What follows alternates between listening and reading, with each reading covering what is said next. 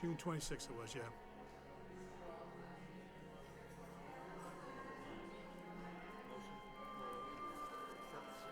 Continue the hearing.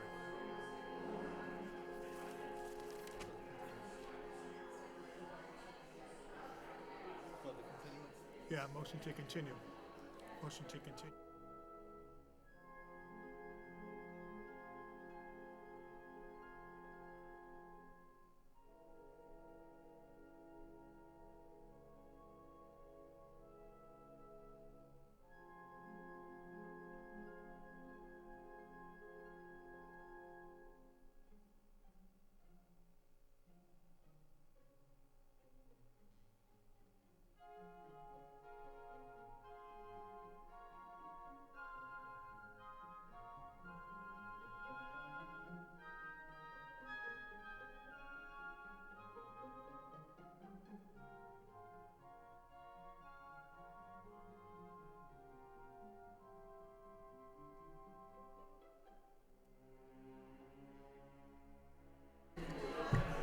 Set to, and our architect, so it's all good.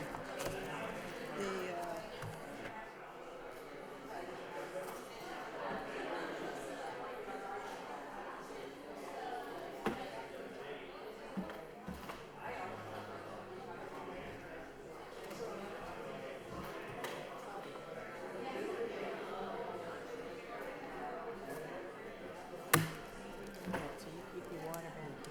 I do, only because we were doing the plastic bag. I said that too. Oh boy, I can't believe I have this plastic Politically water. correct.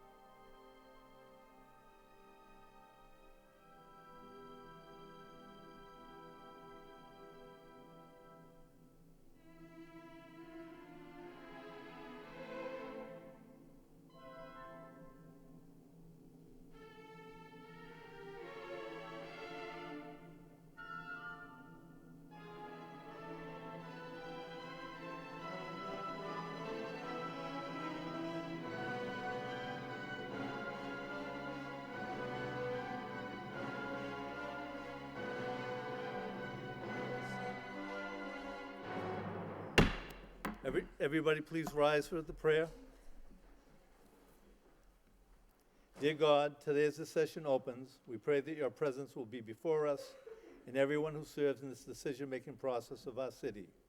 We pray for direction which will lead our city to be strong and unified. May we continue the legacy of our founders. May we be granted this day the wisdom to make decisions which will be for the good of our city. We also pray for your special blessings on all those who are working to transform our city and make it a better place to live and work. Amen. Thank you. Please remain standing for the pledge. I pledge allegiance to the flag of the United States of America and to the republic for which it stands, one nation, under God, indivisible, with liberty, justice for all. Thank you. Will the clerk please call the roll? Counselor Conway. Here. Counselor Elliott. Here. Counselor Kennedy. Here. Counselor Leahy. Here. Counselor Mercier. Here. Counselor Milanazzo. Here. Counselor Noon. Here. Mayor Samaras. Here. Counselor Cirillo. Here. 9 present. Thank you. We have a moment of silence, Mr. Counselor Conway. Thank you, Mr. Mayor. I would like to request a moment of silence in darkened chambers for Bruce Lucia. Bruce Lucia was 66 years old and passed away peacefully with his family by his side on Tuesday, April 17th, 2018. Bruce was born in Lowell on April 28, 1951, the son of the late Robert and Ruth Mulligan Lucia. He attended the Immaculate Conception School and Moody Junior High and graduated from Lowell High School in 1969, where he was co-captain of the varsity basketball team. In 1972, Bruce was involved in a tragic car accident that left him paralyzed. Despite this adversity, Bruce never let this hold him back. He went on to be a motivational speaker for the A.L. Williams Prime America for many years. In 1995, Bruce founded Kids in Disability Sports, KIDS, an organization that created numerous opportunities for a community that often went unnoticed. An idea that started with just a few kids quickly grew into hundreds of aspiring athletes participating on teams of every sport. Bruce was proud of each and every one of them. He had a heart of gold and always put things before himself. He loved spending time with his family, which included 6 brothers and sisters and many nieces and nephews. He was their hero. Bruce will be missed by his family and so many friends. May his soul rest in peace. Thank you, Mr. Mayor. Thank you. Is there any other moments of silence? Thank you. Please darken the chambers.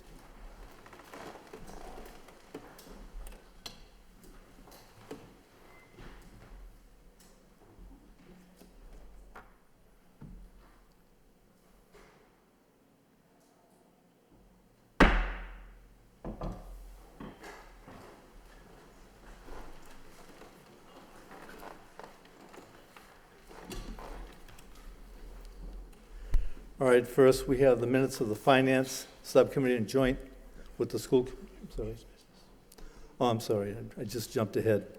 Mayor's business. First, under Mayor's business, we have the recognition of Lowell as a housing choice community. We have Diane Trad, the Assistant City Manager. Would you explain that and give us a little more information on this? Hi, I'd like to introduce Phil Ferreira. He's our Energy and Housing Program Director, and he worked very hard with Development Services and NIMCOG to put the application together, and this will open up some opportunities for the city that Phil can discuss. Thank you. The Housing Choice Initiative rewards municipalities that have produced a certain amount of new housing units in the last 5 years and that have adopted best practices related to housing production that will sustain a 21st century workforce. The Housing Choice designation is designed to be simple, flexible, and achievable for municipalities. And in the program's first year, 67 communities will be able to take advantage of new financial resources, including exclusive access to new Housing Choice capital grants and preferential treatment for many state and capital funding programs, including MassWorks, Complete Streets, Mass DOT capital projects, and park and land grants.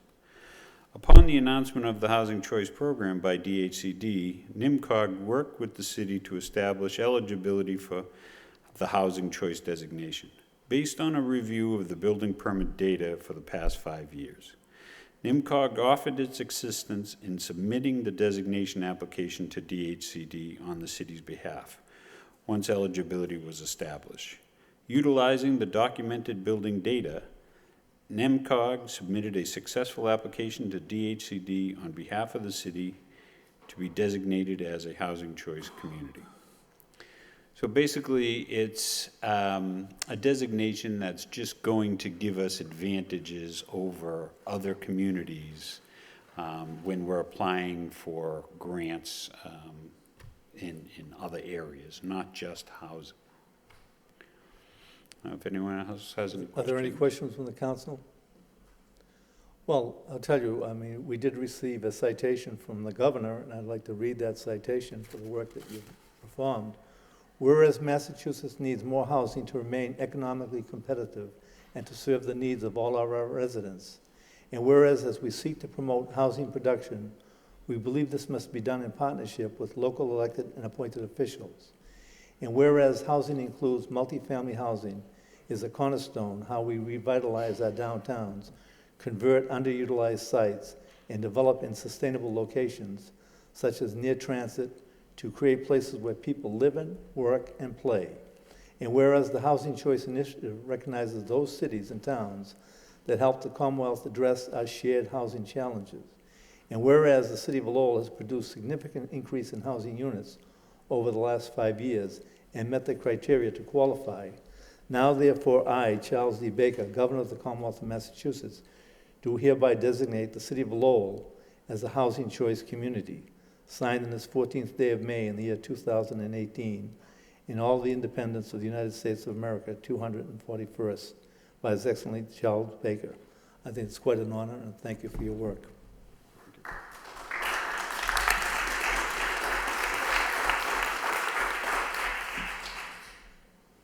That's what keeps the city going.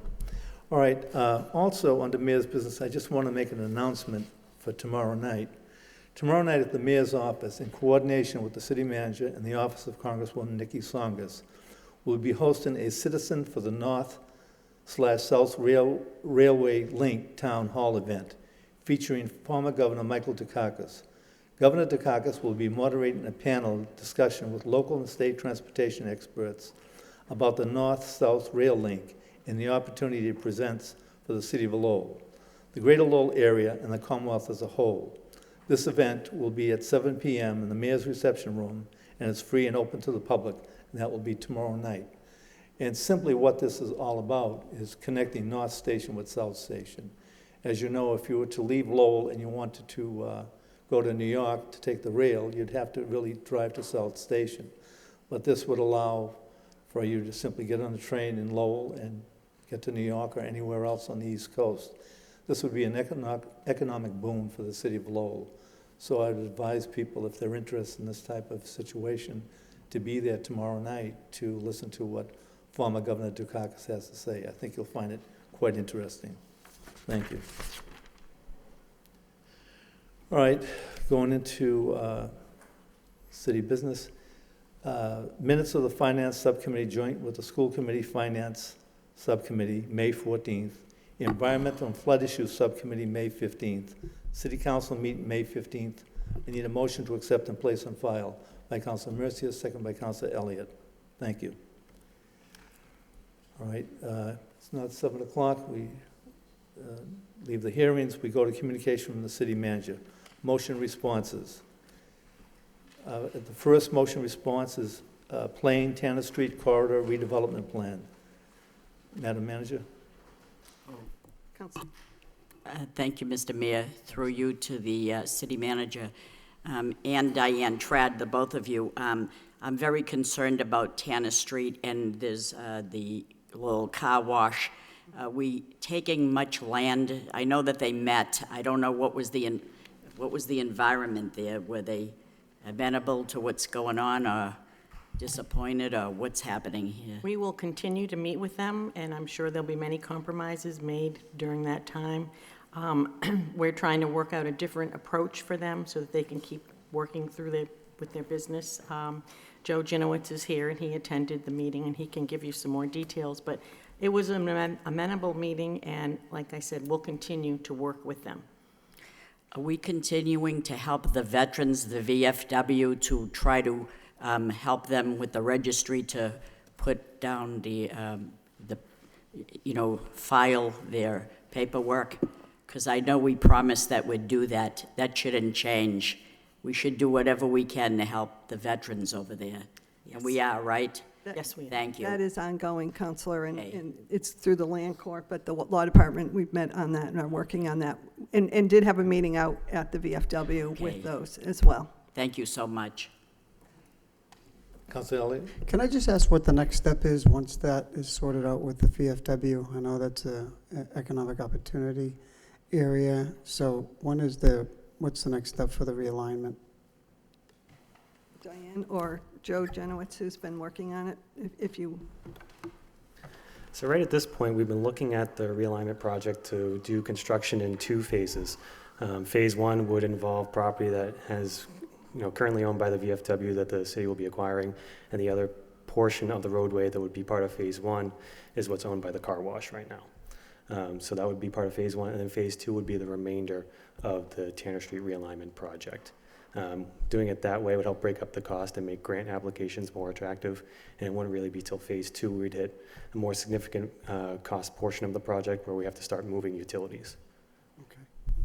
So do we have some type of time frame for that to happen? Because until that happens, until that realignment is complete, I suspect there's not won't be a lot of interest in, in prospective developers or parties, I mean, that's the intent of it, is to ease the access so it's right on and off the highway, and we can develop that last piece of industrial area.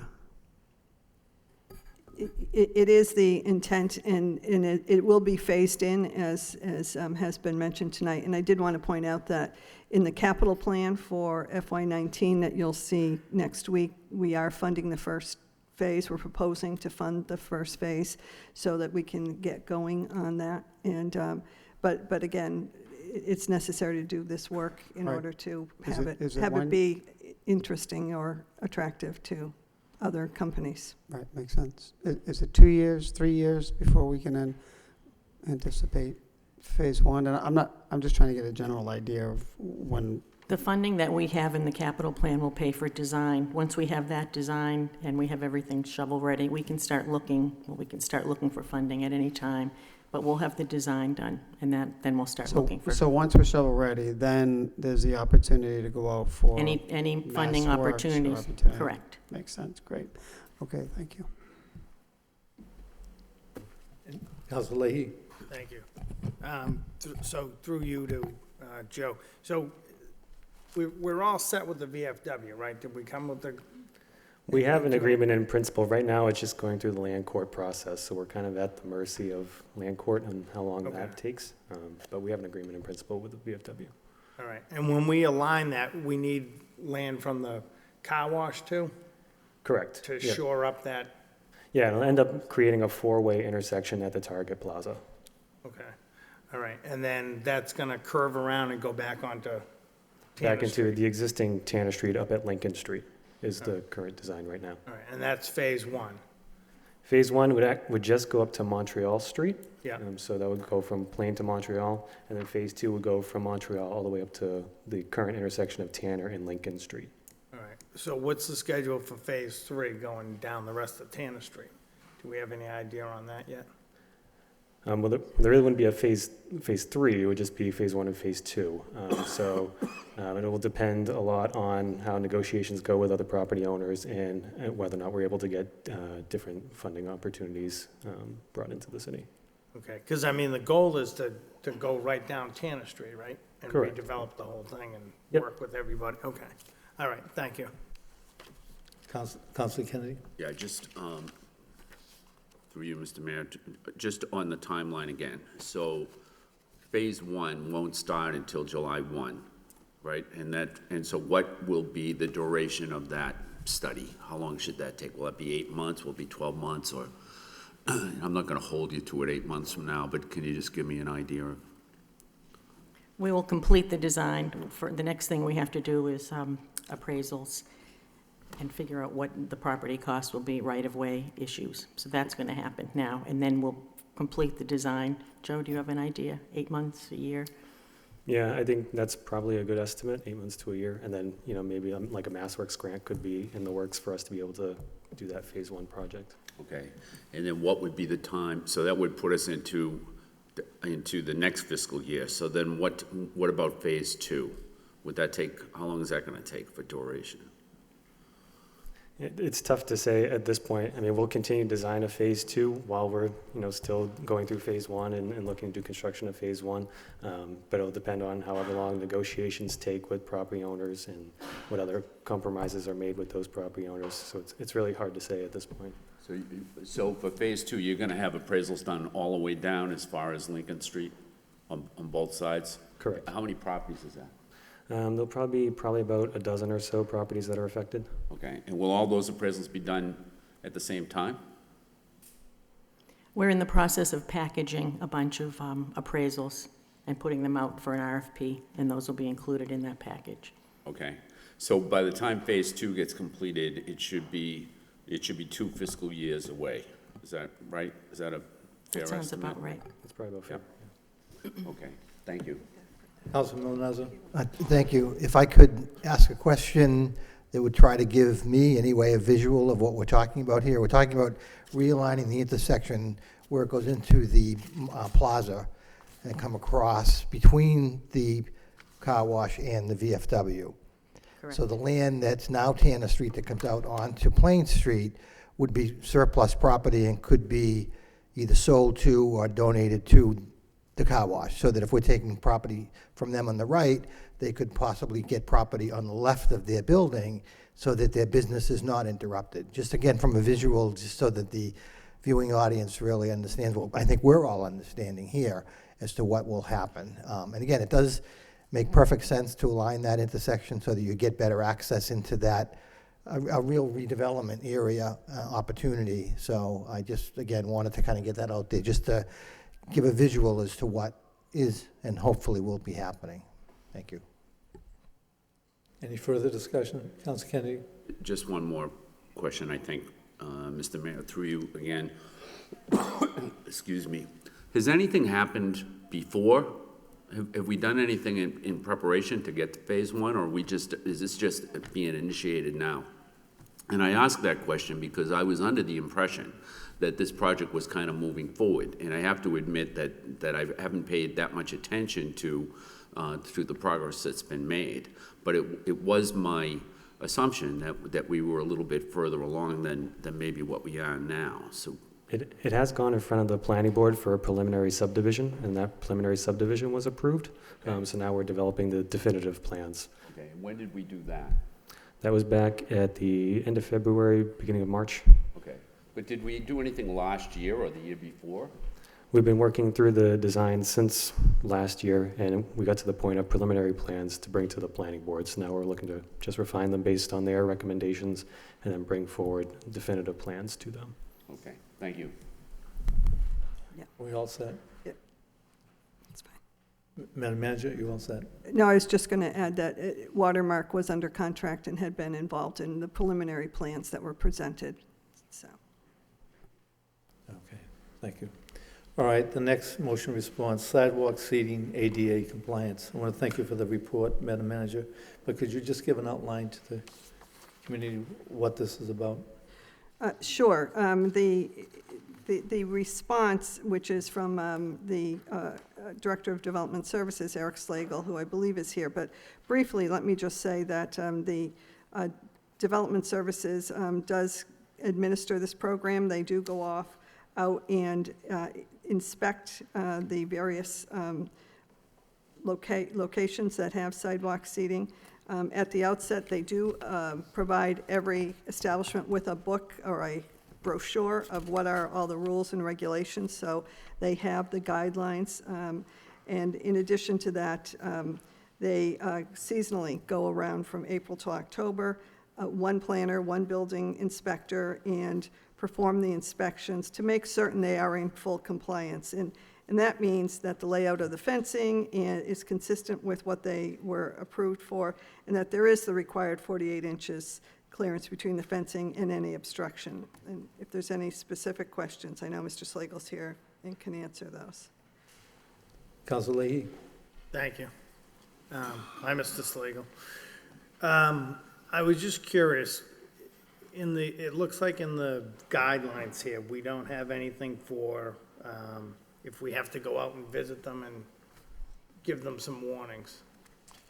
Right, so the guidelines are part of the applications package, so it typically we don't include threatening violation warnings, but we do strictly enforce it when we go out there. We either, if it's a minor infraction, our staff actually will move the sidewalk, Sure. move the fencing, and if it's a significant infraction, they go in and speak to the manager of the establishment and remain on site until the manager or their staff moves the fencing to the appropriate spot. And we do keep track of businesses that are in repeated violations, and if they do have repeated violations, it involves a kind of more significant conversation with the management about the requirements and what they were approved for, because we get layouts of everything that was approved and how they have to conform that, or else we'll refer it back to the city council to potentially revoke their license. Okay. Was there any thought, I know we don't want them bolting tables down, but any thought to having them pin the fencing in so it doesn't move? So some of these sidewalks are over vaults, some of them are kind of historic in nature, and so we typically don't allow people to put a permanent fixture in our sidewalk. So that was never, we didn't contemplate that as an appropriate response. So just saying, sitting on the Disabilities Commission board, it's an issue. So I think we should have something in there. If we have to visit them 3 times during the year, then they lose their right to have sidewalk seating. So I can make that in a form of motion for next week, but it's just, most of the times they're good, but sometimes, you know, it's out of the way. It's moved over, and like we said last week, I think the mayor brought it up, there could be the parking meter kiosk could be in the way. Maybe we should look at that and maybe move a couple of those. Well, as I mentioned in the response, all of the layouts are from all obstructions. It's not from the curb. Well, I So know, they're- but some of them look they're kind of 48 tight when you're inches. coming around with the wheelchair or motorbike. Sure, and to be clear, we do go in and have conversations with repeat offenders, and to our knowledge, we as of the last year, we didn't have significant numbers of offenders that we had to have those kind of conversations with. And sometimes it's the patrons. I just want to make Sure. that clear. Sometimes the patrons remove a fence, and it's not the owner may not even know that it happened, and they don't know until we come out and let them know. Yeah, okay. All right, but they should inspect their fences every night, I would think. I agree. All right, thank you. Thank you for the report. Okay, all set. All right, next we have the DPW inventory management. Mr. Leahy, you have any questions? Yeah, so thank you for the report. The only question I had, what brought this on, is Mr., yeah, The Commissioner Donaldson is here. sure. So what brought this on is there was a broken window at the high school, and it took too long to get fixed. So that was the question, you know, do we have them in inventory, or when was it reported, and why wasn't it fixed within a month instead of 3 months? So that's what I wanted to solve with this report, and just to see, to make sure that, I mean, I understand if we had 6 broken windows outside, that, you know, it could take a little bit longer, but when you have a broken window inside in the cafeteria, you know, it needs to be fixed immediately, not, you know, and I don't know when the reporting was, to be fair, so. I don't know, we can look into that window issue that you mentioned. I think the Commissioner says in his report that they keep some things in inventory, but other than that, they order them as needed, and typically they're readily available, and they're not, it doesn't take that long to get apart unless it's some unusual situation, but it's just a matter of cost management. Yeah, So there are a lot of things in inventory that you're not using or don't need. But Right. we'll look into what the Okay. situation was at the high school on that window. All right, thank you. Thank you. Further questions? Okay. Next, we have list of non-operational items and items in disrepair update. Councilor Cirillo? Yes, hi. Thank you so much for the report. I think that this report is really good. And I'm really happy to see that we are starting with an operation and maintenance software program to move forward so that we can have a concise list of items that need to be fixed in our municipal buildings. But I would ask Jim Donison to come up and explain what's in the report so that the residents can also understand. Thank you. Good evening. So the question was, make a list of all non-operational and disrepair items to the city council by August 10th of every year, which are vital to municipal buildings, which I assumed also would include schools. Right, yes. So I did highlight a couple of items that we do presently, and one of them is every year during the summer months after July 1st, the city's insurance company goes through all of the HVA system, the boilers, anything that's over 250,000 BTUs, and does a full inspection on it. As part of the inspection, if there are any deficiencies, they will note them, and then our staff will either repair them or, well, they need to repair them very soon because winter would be coming. The second item would be for items that are less than 250,000 BTUs, in which our DPW staff would do our own independent assessment of the HVA system, and they would provide a list of items that were non-operational. I did note in here, as you mentioned, that we are looking at some software. It's through Tyler Program or Munis, which is the current financial system for the city as far as the software goes. And we're looking at one of their modules that will help with some operation and maintenance software. And as part of the operation and maintenance software, we'll be able to track all of our components in all of our buildings. And if there are things that are non-operational or that need to be replaced, that will be a tool to help us with that. And then I also did note that there's presently, the city is reviewing some proposals for a facility condition assessment for all of the city buildings. I believe it also may include schools, but I'm not positive about that.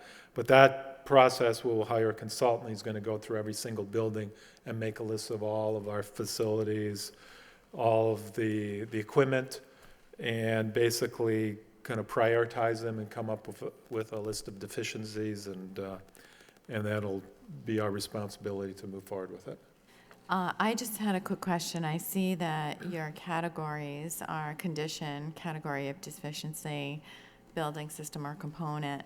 So with knowing the building system or component, could we add maybe another column for long lead item? Is it yes or no, or how many weeks will it take for us to receive that component so that we know, okay, well, this may not seem like a very important piece, but yet it's going to take 10 to 12 weeks to get in. So maybe we might want to start thinking about that, so that we can have another column of, yeah, this seems to be Sure. a necessity. Yes, we can do that. And we will be going through the process of interviewing the different firms soon. Right. So we'll make a note of asking them that question when we meet with That them. would be great. Thank you. Councilor Leahy? Thank you. Just one other question. How much does a study like that generally cost? Do you know? I do not know. As part of the process, they provide the sealed bids for their prices. So that's according to the purchasing procedures. So generally speaking, what would that cost? Just generally.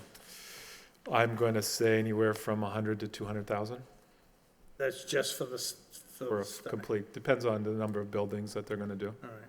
And would that be something we would vote on before we sign that agreement? Or is that something that you're allowed to do? So, Yes. Mr. Mayor, so the feasibility study would usually be out of the loan order, which there is existing loan order. It closed, the request closed in March. We are still waiting for some information from the school department regarding some of their buildings before we can finalize this.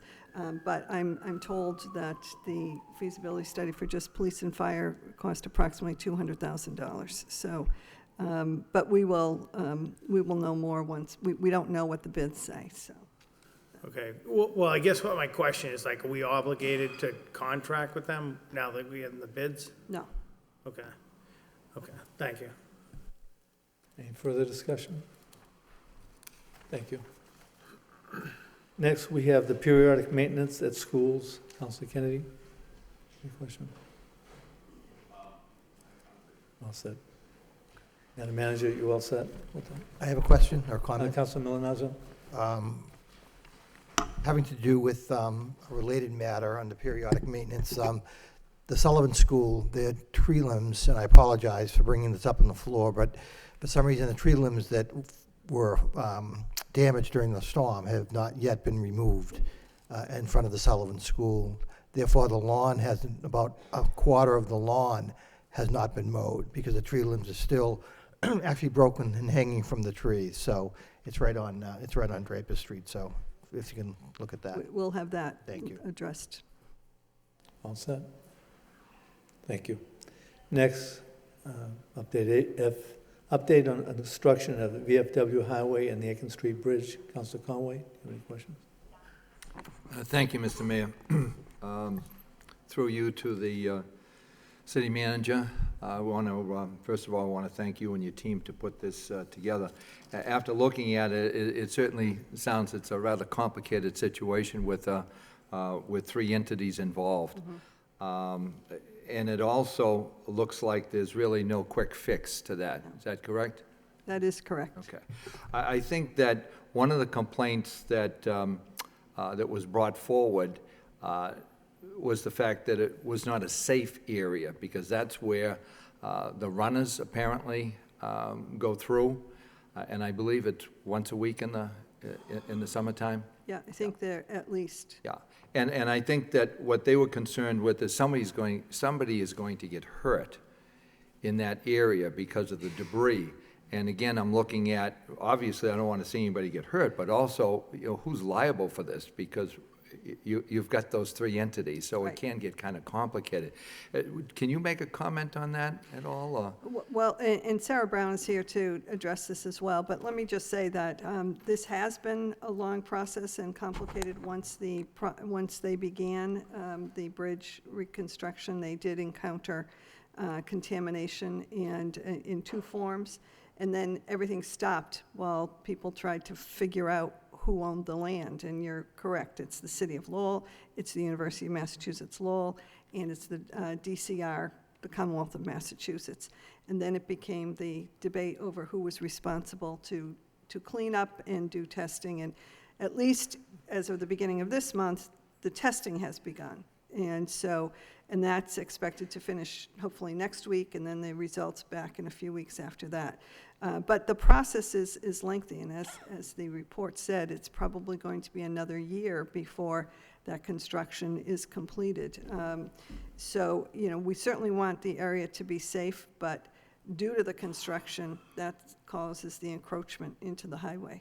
I don't know whether Sarah Are has we any- able to, the contamination, are we able to identify where what it is and who put it there? That's what they're in the process of investigating right now. Yeah, and if we can somehow track it down, they would, again, that entity would be responsible for the Right. removal of that? And where did it come from? Did it come on our land to theirs, their land to ours? I mean, we need to find all that out in terms of who's going to be financially responsible. Right. Thank you. Any further questions? We're all set, thank you. Next, we have neighborhood schools, Councilor Noon. Councilor Mercy. Thank you, Mr. Mayor. I firmly believe that the time has come to look into going back to neighborhood schools to save money on busing and spend the money in the classroom. It makes me feel that it's up to the superintendent of schools and the mayor to request a recommendation. So if we could have a better understanding of where we sit with this issue, has the time come that we've already fulfilled our obligation? Is there anything in place that says we can't do that? I don't know that, so that's why I'm asking this question. Yes. Madam Manager. Thank you. So we did send this request over to the superintendent. You're correct, it is a decision for the school department or the school committee and the superintendent to make via recommendation or what have you. So we haven't gotten a response yet, and so we're awaiting their response as far as the issue that you've raised. Okay, and when we get a response, you'll let us know. Absolutely. Thank you. Yep. Any further discussion? Councilor Leahy? Thank you.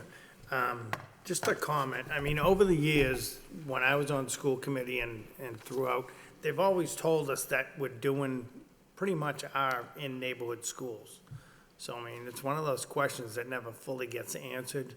So, as Councilor Mercy has said, maybe, Mayor, you can really get us an answer on this. I mean, when I looked at the school budget this year and the the information they gave us, it basically looks like we are 90% neighborhood schools. So, I think it's time has come, you're correct. And but get us a good concrete answer on this. Yeah. Thank you. Councilor Elliott? Yeah, I just wanted to chime in. I know in 2014, I made the motion with the school committee as the mayor, and I know even before myself, Councilor Caulfield was, Madam Manager, you probably hear the motion was made back then, so I think it is time, but what exactly, can I just ask, one question? I know we're going to get a report and this goes over to the school committee, but it seems that we haven't gotten response. What is the step? There is a consent decree dating back to 80s? Yes. 70s? That requires schools to ensure there is, all the schools are desegregated, and part of that is a busing order. So what is the step? Do we have to go to DOJ for relief? Do we have to go to the Department of Secondary Education to show that our schools are in fact very diverse? What is the framework for us to do other than sending it over to the superintendent and then through the mayor? Could the city solicitor address that? Right. Ultimately, pending the input from the school committee itself, we would have to take steps to, if we felt that there was something that we needed relief from the existing order, to have the existing order either vacated or modified pursuant to a very specific request from the city. If we were requesting that it be vacated, that would be one thing. If we were requesting a modification, then there would have to be a specific request as to the extent of relief we are seeking. But that would be the step needed to be taken. What we thought was an appropriate first step, though, was really to get input from the school committee itself to find out, is that something that is either worthwhile or something that they wish to pursue? I don't disagree, but could I ask you what would we be asking to be vacated? What is the requirement? What is in the order? I don't know the specifics, the full extent of the order itself, but certainly there are existing busing requirements that we, as far as I know, will continue to adhere to. And so we would be seeking relief from whatever orders remain in place. Or is it as simple as providing school choice, where parents are given a choice 1, 2, 3, which is what we do, and then, I mean, that to me seems to be the nuts and bolts of what is required. Yeah, well, that's really why it is an issue to get input from the school committee on, because the answer that we may get back from them is that relief ultimately really isn't needed, and that not only are we, say, in compliance, but that there is sort of a consensus that the system the way we go about doing things is appropriate. And I do understand that we have magnet schools like Pine Arts. Those complicate the the issue as well, because that's what they're set up for. So folks can have the opportunity to go there. So okay, thanks for answering the questions. I think that clarifies. Thank you, Councilor Newman. Thank you, Mr. Mayor. I understand that the consent decree involved busing requirement. And I think Councilor Elliott spoke to the school choice. I like to know too, in addition to the busing requirement, what criteria does the school department use in terms of assigning, making the assignment for schooling for kids? Because I know of parents that chose Daly or Pine and yet go and live in the area and yet get sent to Robinson School, and it may not be the busing requirement only. So that's what I also like to hear, to learn more from the school department or the superintendent himself. Thank you. Thank you. Councilor Conway? Yes, thank you, Mr. Mayor. This, as Councilor Elliott said, this has been something that we've talked about for years. And somehow it just, we talk about it, and then it goes in the back burner, and we don't talk about it for another year or two. A number of years ago, when the DSEG regulations came into play, Mayor Robert Kennedy, who just died, he was the mayor at the time, and it was quite an interesting time in the city of Lowell. And as a young teacher myself, I was asked to ride on those buses for the safety of, trying to ensure the safety of the children. And it was obviously needed in that period of time, but as 30 years have passed, we find that the schools, the neighborhoods now are integrated, and myself being on the school committee, and also Councilor Leahy being on the school committee for a number of years, we obviously got many telephone calls from parents that were very upset. the fact that they would be moving, they live next door to the school, and somehow they have to go to school for, 2 miles away or 3 miles away, which didn't make any sense at all, because especially, you have to keep in mind, those children, they become friends with their classmates, and yet they're in a completely different neighborhood. So it's been an issue, and I certainly hope that we can clear it up once and for all. And I'm sure we're all looking forward to that report from the school committee and the superintendent. Thank you, Mr. Mayor. Thank you. Any further discussion? No, I think the one thing is there's several issues. There's the DSEG plan that the school was assigned to. There's school choice. There's so many different things that have been added since the DSEG plan came into being. But I think everybody's correct. I think we have to look at this and be able to give our citizenry an answer as to what we have, why we have it, and where should we be at this particular point. Because I know in regard to the DSEG plan, we addressed all of those issues. And actually, most of those issues were addressed with the new schools that were built under Mr. Sapasaris's time in the school system. So it was really about building space, opportunity for everybody to have, good classrooms and things like that. But I will get that message to the school committee, and we'll try to come up with an answer within a short period of time. Thank you. Article 97, Councilor Milanazzo. Thank you, Mr. Mayor. Thank you for the report. My concern really centers around a timing issue, and I guess what I'm trying to get at is that if the park, say at the corner of Clark Road and Village Street Extension, they want to restripe the field, and they go to the Board of Parks for permission to do that, does the Article 97 vote that we took and the legislature took, would that impact or hamstring the Board of Parks being able to react to a request like that? And then I know that we have, there's been talk about the Lowell Catholic doing something with the parks out on Boston Road.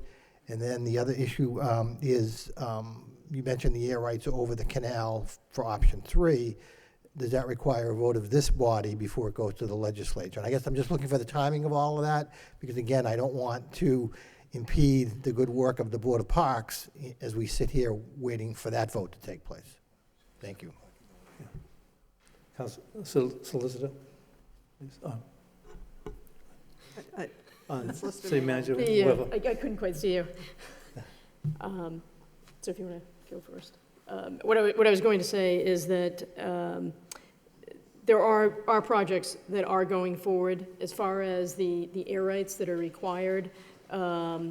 We haven't reached that point, but yes, that would have to come before the council, and that was really part of the mindset as to both things would have to ultimately come back before the council. The council would have to vote to send the Article 97 restrictions that were passed to have those repealed, and then also air rights, Article 97 protection lifted for the air rights. However, we can take a look at the timing issues, and I know that some projects have moved forward regardless of the restrictions that are going to expire on their own, but we can review the timely issues. Okay, thank you. Yes, Madam Manager? Yeah, thank you. Just chiming in on what the solicitor said, it is correct. The Article 97 restriction that was lifted in the legislation as it pertained to the replacement fields if the high school were to be built at Cawley. The legislation itself contained specific language that if the school was not built within 5 years, and it could only be used for a school, not for any other purpose, and that was the language that was intentionally put in, then it would expire on its own. And at that point, it would revert to the Board of Parks, it would be reverting to open space. So the only condition on which Article 97 restrictions were lifted as to those replacement fields was if the high school were to be built there. Okay. That in just no other reason. So if we weren't going to, I mean, technically we don't have to do anything. The vote's been taken to have the high school be built downtown.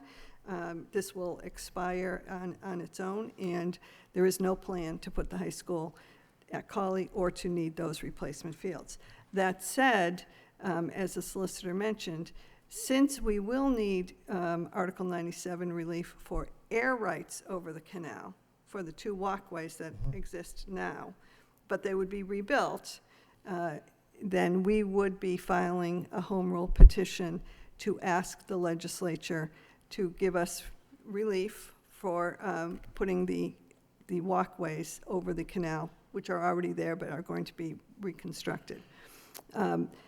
Since we'd be filing that home rule petition anyway, asking for Article 97 relief, it makes sense at the same time to also ask them to revoke or repeal what was done last year.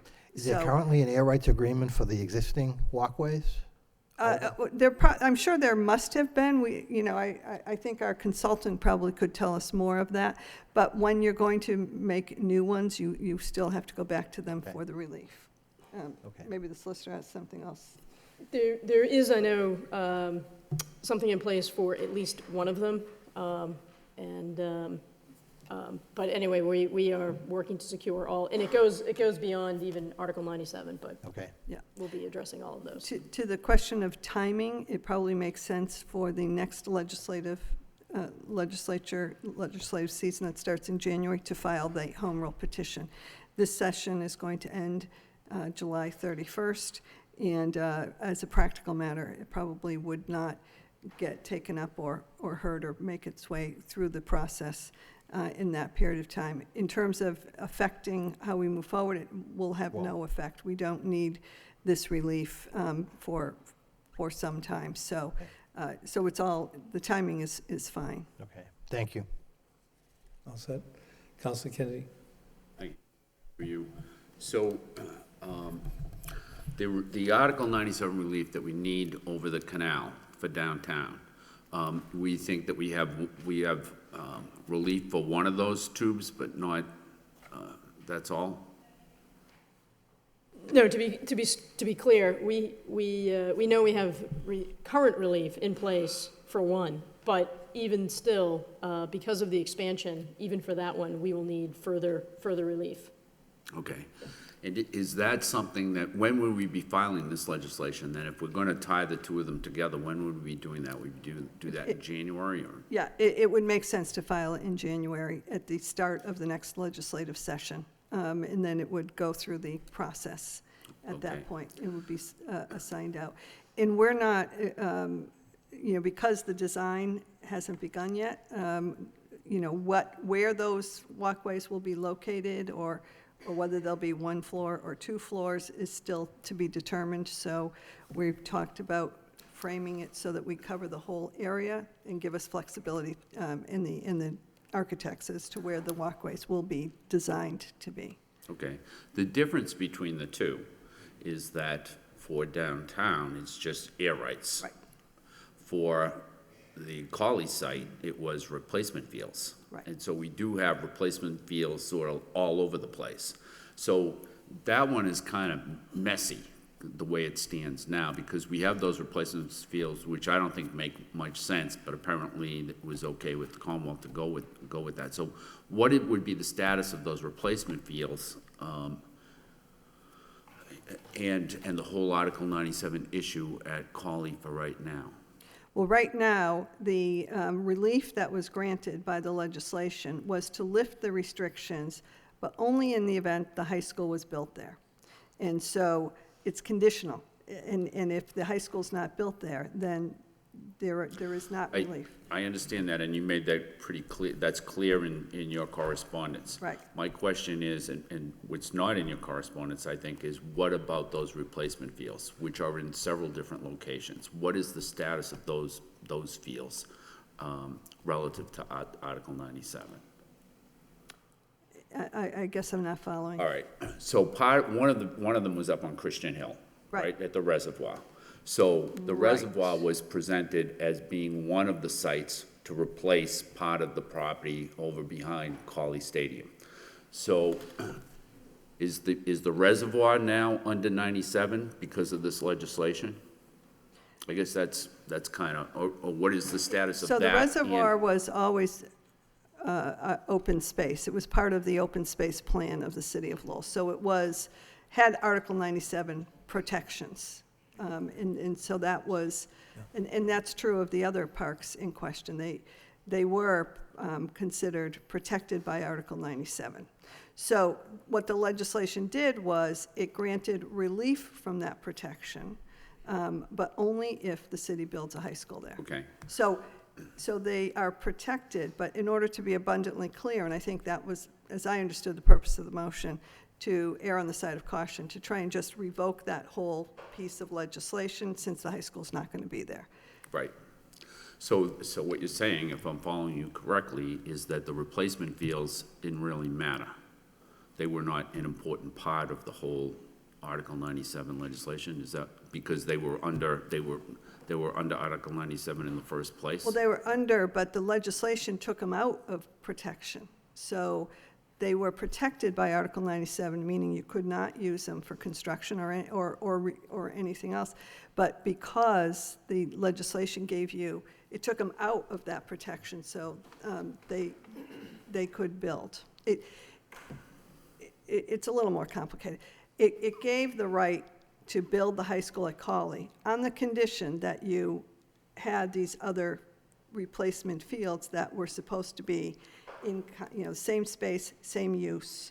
So that was part and parcel of the deal, so to speak. Right, and that was everybody's understanding. Right. But I think what you're suggesting now is that the replacement fields were under Article 97 anyways, so they weren't truly replacement fields. In Well, other words, it wasn't excess land that was placed under 97. They were under 97 in the first place. That was the debate back Yeah. then, exactly. That's Okay. that's exactly what the debate was, but DCR saw fit to approve them as replacement fields. Yeah, okay, thank you. All set. Council Elliott, you're all set, Council Elliott. Council Milnaza, all set. All right, thank you. All right, it's past 7 o'clock. We have the utility public hearings. Go back to 4.1. National Grid requests permission to install 1,720 feet of new gas mains from 1852 Middlesex Street to Chelmsford Town Line. I open the hearing. I need a motion. The petitioner has asked for a continuance. I need a motion to have the next meeting, or the hearing on June 26th, 2018. Motion by Councilor Milnaza, second by Councilor Kennedy. Next, 4.2, National Grid requests permission to relay existing 2,100 feet of gas main on Chelmsford Street between Howard and Liberty Street. Need to open the hearing. Hearing's open. The utility has asked for a continuance. I need a motion to move it to June 26th, I'm sorry, by Councilor Elliott, second by Councilor Conway. All right, that concludes the hearings. We're back to motion responses. We're now on informational reports. Distinguished Veterans of the Year. Madam Manager. Thank you, Mr. Mayor, and through you to the council. I'm pleased to announce this evening that Eric LaMarche has received the Veteran of the Year Award, and if you'd allow me, Mr. LaMarche is here with us. The Massachusetts chapter of the American Society for Public Administration named Director of Veteran Services Eric LaMarche as the Distinguished Veteran of the Year on May 10th, 2018. The Distinguished Veteran Award is presented to an individual who is recognized as an outstanding U.S. veteran who exemplifies leadership in his respective branch of the armed forces and community. The organization honored Mr. LaMarche for his contributions in service to veterans and the impact he made in serving the community. Mr. LaMarche goes above and beyond his typical duties to promote the equality of opportunity for all persons through public administration by fostering core public service values. The American Society for Public Administration is the largest and most prominent professional association for public administration. It is dedicated to advancing the art, science, teaching, and practice of public and nonprofit administration. ASPA's 4 core values are accountability, performance, professionalism, and ethics and social equity. So I wanted to recognize and congratulate Mr. LaMarche for this wonderful award. Thank you. Thank you. Congratulations.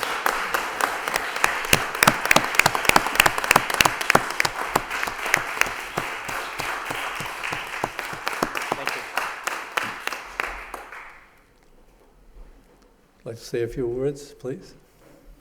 I just wanted to say thank you, Mrs. Manager and City Council.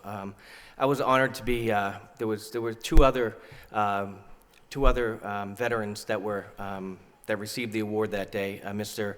Scott Hyder, who is the founder of Hidden Battles Foundation.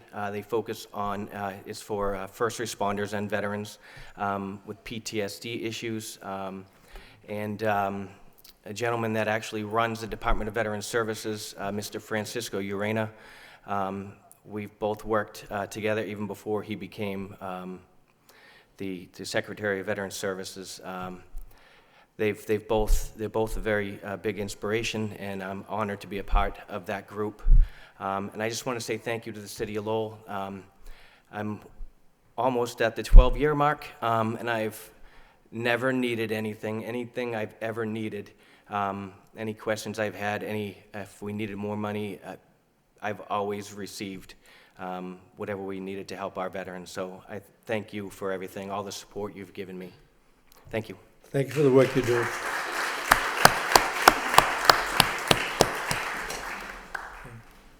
Funding update, Madam Manager. Yeah, I did provide a report in the packet regarding the update as far as this was pursuant to or following our joint committee of Finance, School, and City Council. Just in short, though our budget is very tight, we were able to identify funds to free up more money for the school department. The figure that we have quoted in terms of water and sewer is about $250,000. Last year, it was about $180,000, but that was before we put meters in the schools, and at the third quarter, the actual reading was $215,000, so we expect the fourth quarter, where they would have been charged, to probably be in the vicinity of $250,000. In addition to that, we did also identify monies in connection with the Comcast PEG educational monies to move some monies over to the schools. So the capital plan, again, which you haven't seen yet, but that will provide approximately $3 million toward the schools in the capital plan, assuming the council approves that.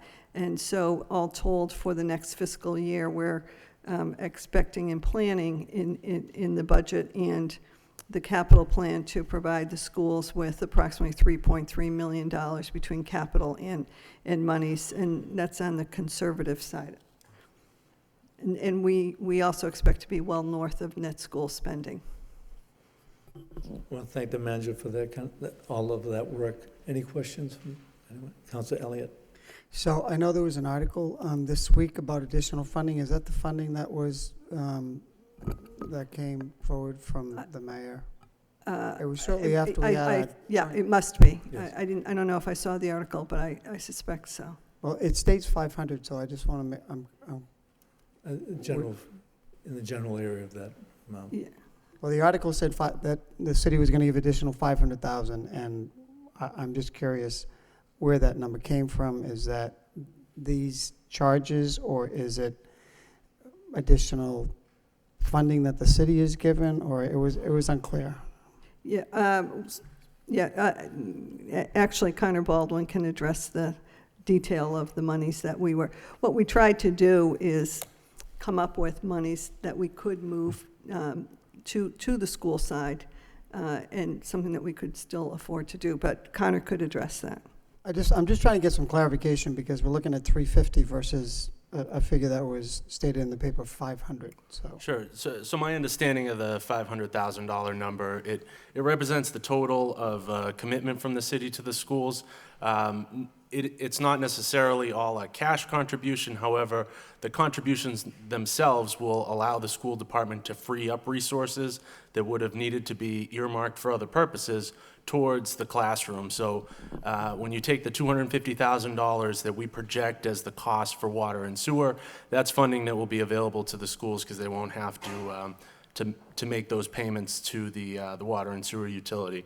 When you add on top of that the city's going to cover the cost of Medicaid, the Easy IEP software for the schools.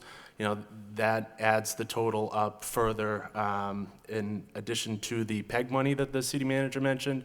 When you add all of that together, it gets you right up to about $500,000 in costs that the city side of the budget will absorb, which will free up funding in the school department to be allocated towards the classroom. Okay, so is that going to be part of maintenance of effort, or is that going to be adjusted towards our net school spending?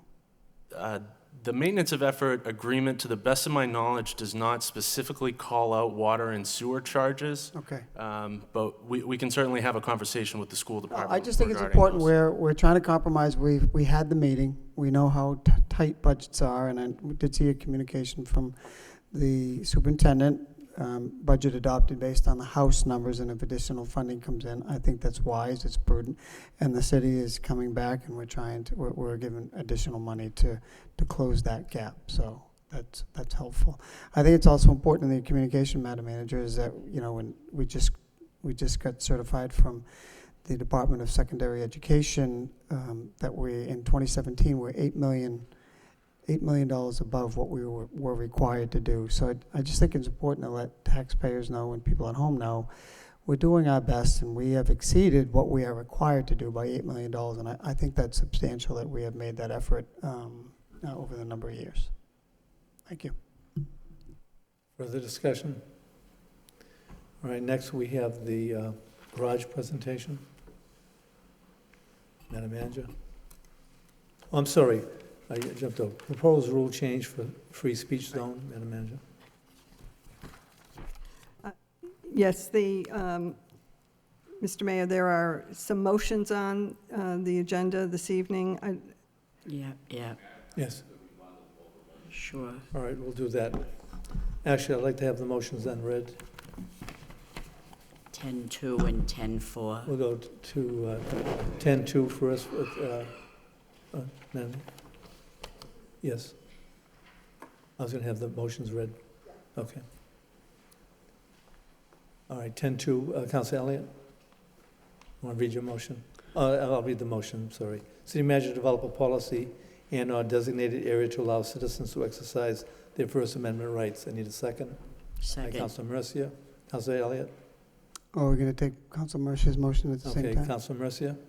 Request city manager have law department provide an outline of where people are allowed to demonstrate or protest, if not in council chambers during public meetings, and post signs indicating such. Need a second by Councilor Elliott. Good, Council Mercia can go. Councilor Mercia. Thank you, Mr. Mayor. I want to thank the city manager for giving us actually what we're asking for, and I do know somewhat of the rules. So what I'm seeing is what I've already known, but to clarify what I see here, it says under Rule 26, no demonstration of approval or disapproval from members of the public will be permitted, including but not limited to signs, placards, banners, cheering, clapping, booing, etc. I'm not so concerned about that. People do get excited, but what we've seen last week was disrespectful. And if such demonstrations are made, the gallery or public seating area will be cleared. That's the part that I'm concerned about the most, will be cleared. In my personal opinion, that was not done. So who gives the order? I actually went out and asked the police. I said, are they still going to be allowed to stay in here and demonstrate and throw themselves sitting on the floor and nobody's asking them to be removed? And he said, we don't have orders to do that. So in my personal opinion, this is what I think. If this happened during a city council meeting, Mr. Mayor, you're in charge. Correct. You give the order. Correct. If it happened at a subcommittee meeting, the chair gives the order. That was never done. I know that you are very concerned, Madam Manager. We don't want to arrest people. I was not intending to have anybody arrested. I was just asking that they be cleared out of this room, because that, to me, was very disrespectful. And when I say that, this is what my impression was. my impression was that, and this is the message I got loud and clear, it's all right for the anti-gas group, who they call themselves FANG, that have the right to gather and assemble and use their freedom of speech, but National Grid does not have that right. How unfair was that? Go home and don't come back. How dare you? It's all right for you to have freedom of speech, but not National Grid. And I'm not saying that I take their side or I take the other side. I don't know. I don't know what the issue, I didn't hear anything. That's the bad point of it. I heard nothing. Now they're holding signs behind me. I don't have a problem with that. They're sitting there respectful. Number one, this is a sacred place. I don't mean sacred in a religious aspect, but I hold this chamber to a high degree of respect. We all have a right to, say get a little overzealous when we speak, but you don't have a right to deny somebody else that freedom of speech. I'm going to tell you that when I was the mayor many years ago and I was going over the school committee budget, I was adamant in my thoughts that I was not going to support this line item which said the rowing team. There's 2 rowing teams. We don't need 2 rowing teams. I'm gonna cut one out of there. They're going to have to consolidate. I will not support that. That was my thought. The young lady came before the school committee. She stood at that podium and she said, "Look at me. Do I look like a cheerleader to you?" I thought to myself, no, you probably don't. She said, "Do I look like a basketball player to you?" No, she didn't. She was shot. She said, "I love rowing. It's an athletic sport that I could take part in and get my exercise and feel a part of a team." I said to the young lady, I said, "You just sold me. You just made your point." That's what I was waiting for last week. I was waiting for people to come up to the podium and say, "This is why I don't support the National Grid's proposal."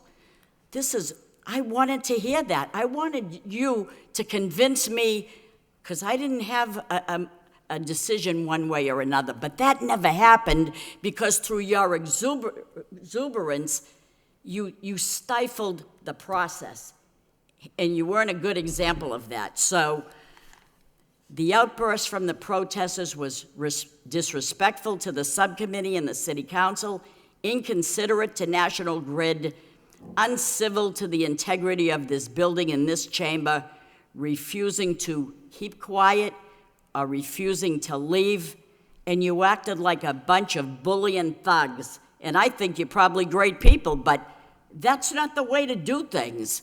I don't believe you should be disrupting, and it says it right here. I'm not saying it. I'm not violating your rights. It says it in our Rule 26. You have no right to come through the rail and throw yourself down and sit there. That is so babyish. That's so unprofessional of you people that I think you should respect yourself a little bit more than this. So this is what I have to say, that I'm asking for order to take place. I'm asking for a policy that says who's in charge. Maybe I'm wrong. Maybe it is the city manager. I don't know, but there are many times in all the years that I've been here that people come to this rail and they say, "Excuse me, Counselor, can you pass this out?" "Sure, I'll pass it out for you," because they know that they're not supposed to come before here unless you have permission. Some people come to the gate and they say, "Can I pass these out?" "Sure, come on in," because they asked and we gave them permission to do that. I don't ever want to see that again. Nobody accomplished anything. And what did you do, scare National Grid because they didn't come before us with their 2 other items? That's not the American way. I may completely disagree with you, but you have your right to express your opinion in a dignified way. And I don't really like to create a zone or a border. I'm going to tell you, we've encountered it many times with the school teachers, with the different unions who lobbied downstairs and demonstrated and protest in a dignified manner. And we walked through the gauntlet. We weren't hurt. We weren't jeered. They chanted. I loved it. That's democracy. That's the American way, but not in this council chamber. It doesn't belong here. Someone, and I'm not faulting the chairperson who's probably new, but now that we know, it's not allowed. It's not because we don't like you. It's not because we don't agree with you. I don't even, maybe you have a point. I just never heard it. That's what I'm disappointed about the most. If they would have come here tonight, National Grid, the first question I would have said to them is, are you increasing that the inch of the pipe from 6 inches to 12? Because if you are, why are you not putting this safety thing that you're talking about that you want to put by Crosspoint? Why are you not doing it in here? If you're going to start a safety thing in the pipes to identify leaks, why are you not doing it here?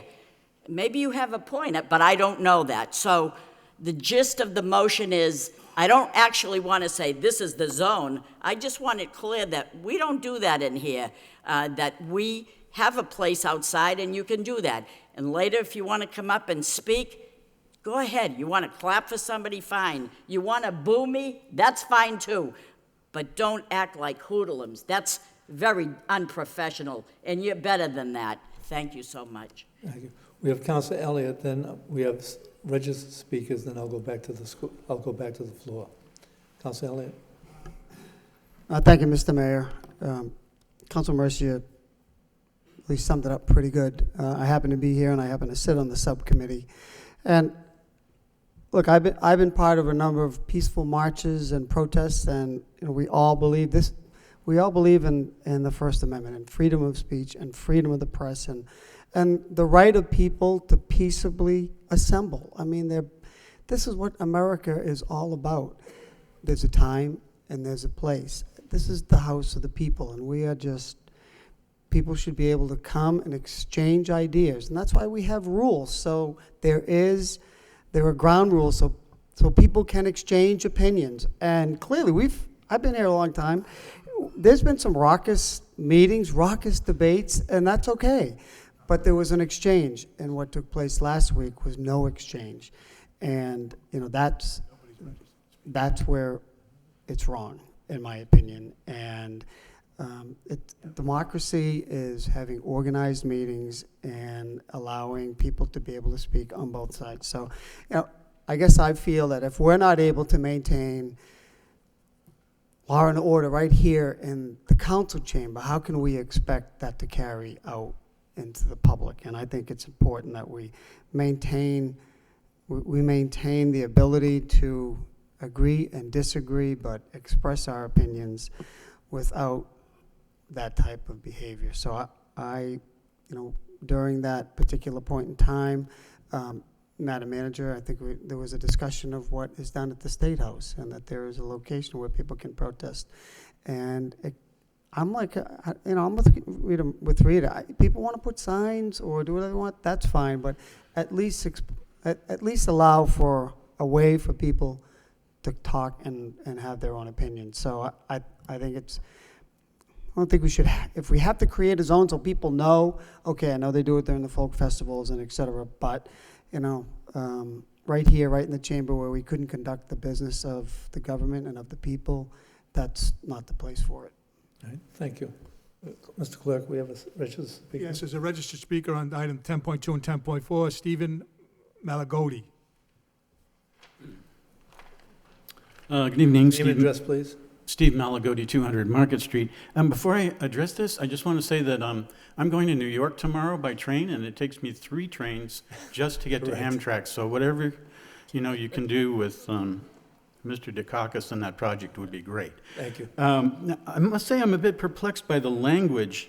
As it was stated in the agenda for this item, it says, develop a policy and/or designated area to allow citizens to exercise their First Amendment rights. Now, basic knowledge of U.S. civics gives the understanding that governments do not allow citizens to exercise their freedom of speech. We're all born with the right of free speech, and 200-some years of Supreme Court decisions have rendered very few limits on where and what citizens may or may not say or how they may do so. The unfortunate trend of late to designate so-called free speech areas, usually at certain large public events, is misnamed. They do not limit the freedom of speech, they limit the freedom of assembly in an attempt to dampen the effectiveness of free speech. All appeals to public safety aside, that's what designating zones like this, it does. The two motions before you tonight in this regard are clearly unnecessary. While the council has an obvious need to conduct its business, part of that business entails hearing from the public, and public expression is varied across, various groups and people. This is a public meeting. Should there be a case where popular passions are expressed in a way that disrupts the proceedings, then you already have numerous ways to deal with that expression. I assume you have a sergeant at arms. At every meeting I've been to in this chamber so far, there are sworn police officers nearby. They're paid to deal they're charged with preserving the peace. If there's a disturbance of the peace, they're paid to deal with it. And those who either intentionally or unintentionally create such a disturbance should expect to be subject to the law. Law you already have. Just yesterday, 12 faith leaders and others were arrested at the State House in Boston. They did what they felt they had to do. Sitting in at the governor's office, not an unusual occurrence. People do sometimes what they feel that they need to do. In the civil rights movement, it was necessary to break the law. In the anti-Vietnam War movement, many people thought it was necessary to break the law. You already have laws in place to deal with this. These two motions are in effect a means of restricting access by the public to this council. Lowell already has a clear and obvious problem with its democracy. Why the city is wasting money fighting a federal lawsuit on the issue of fair representation when the case is so clear is beyond me. But nevertheless, these two motions, why are they coming up now? I think it's obvious.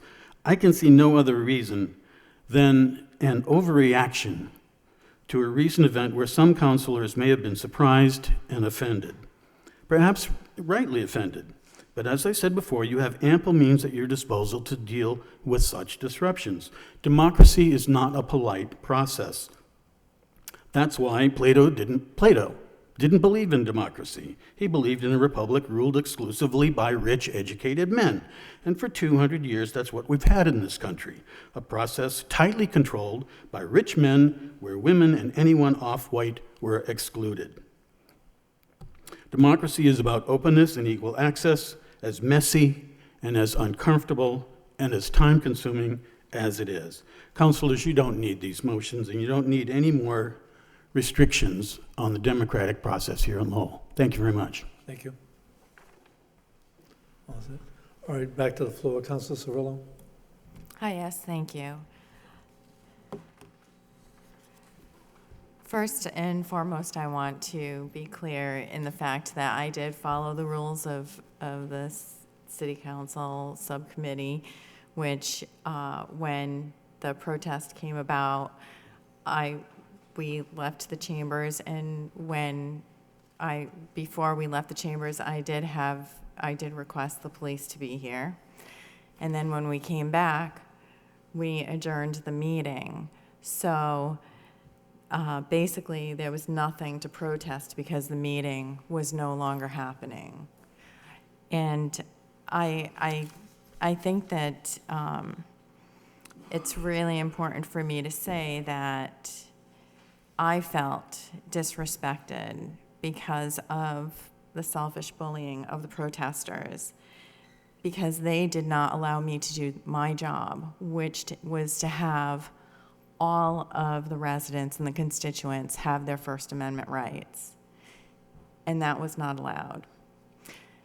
And so I feel that updating our rules and procedures is very important. So I am absolutely for this, and I look forward to seeing what the rules committee comes up with. So thank you. Madam Councilor Noon. Thank you, Mr. Mayor. You know, I, of all people, firmly believe that, you know, everyone do have a voice, right? And that everyone's voice should be heard. There's a way to get one point, one voice across by being respectful. But what took place last week was disruptive and disrespectful, and they didn't get their point across. A lot of us sit and wait and to hear their point of view. And what took place last week was really out of hand. And I totally believe that, you know, we do have rule, and we may need to amend that rule of the city council so that, you know, what took place last week should not take place again. Not to say that they cannot come up and register and speak in opposition or in support of things. And that's why it happened all the time here. But first time, I heard Councilor Elliott said, he's been here 22 years. Never seen anything like this. I hope it doesn't happen again. Thank you. Councilor Milonazo, then Councilor Conway. Thank you, Mr. Mayor. I was not here at the subcommittee meeting, but I certainly have seen video of what did take place, and it was, in my opinion, it was unacceptable. But based upon the wording of the motions this evening, again, I don't have a problem sending them to the Rules Committee, but I don't see myself supporting a free speech zone. I think up until last week, we've done a very good job controlling the debate, controlling the dialogue here, not only based upon our own council rules, but Robert's Rules of Order. I think it's Article 13, Section 73, talks about the right of an assembly to eject anyone from its meeting. And it's always the chairperson or chairman or chairwoman that does that. And again, sitting here this evening, looking with all due respect, because I respect the police department greatly, having 5 police officers here does not bode well in my eyes for this city. I don't think again, I know why they're here, because of what happened last week. But at the end of the day, I think that if we do enforce our own rules, that should not happen again. And if it does happen again, I would say we'd have 10 police officers the next week. But at the end of the day, up until last week, I think we've had a very good track record of running meetings that are people are comfortable, they feel safe.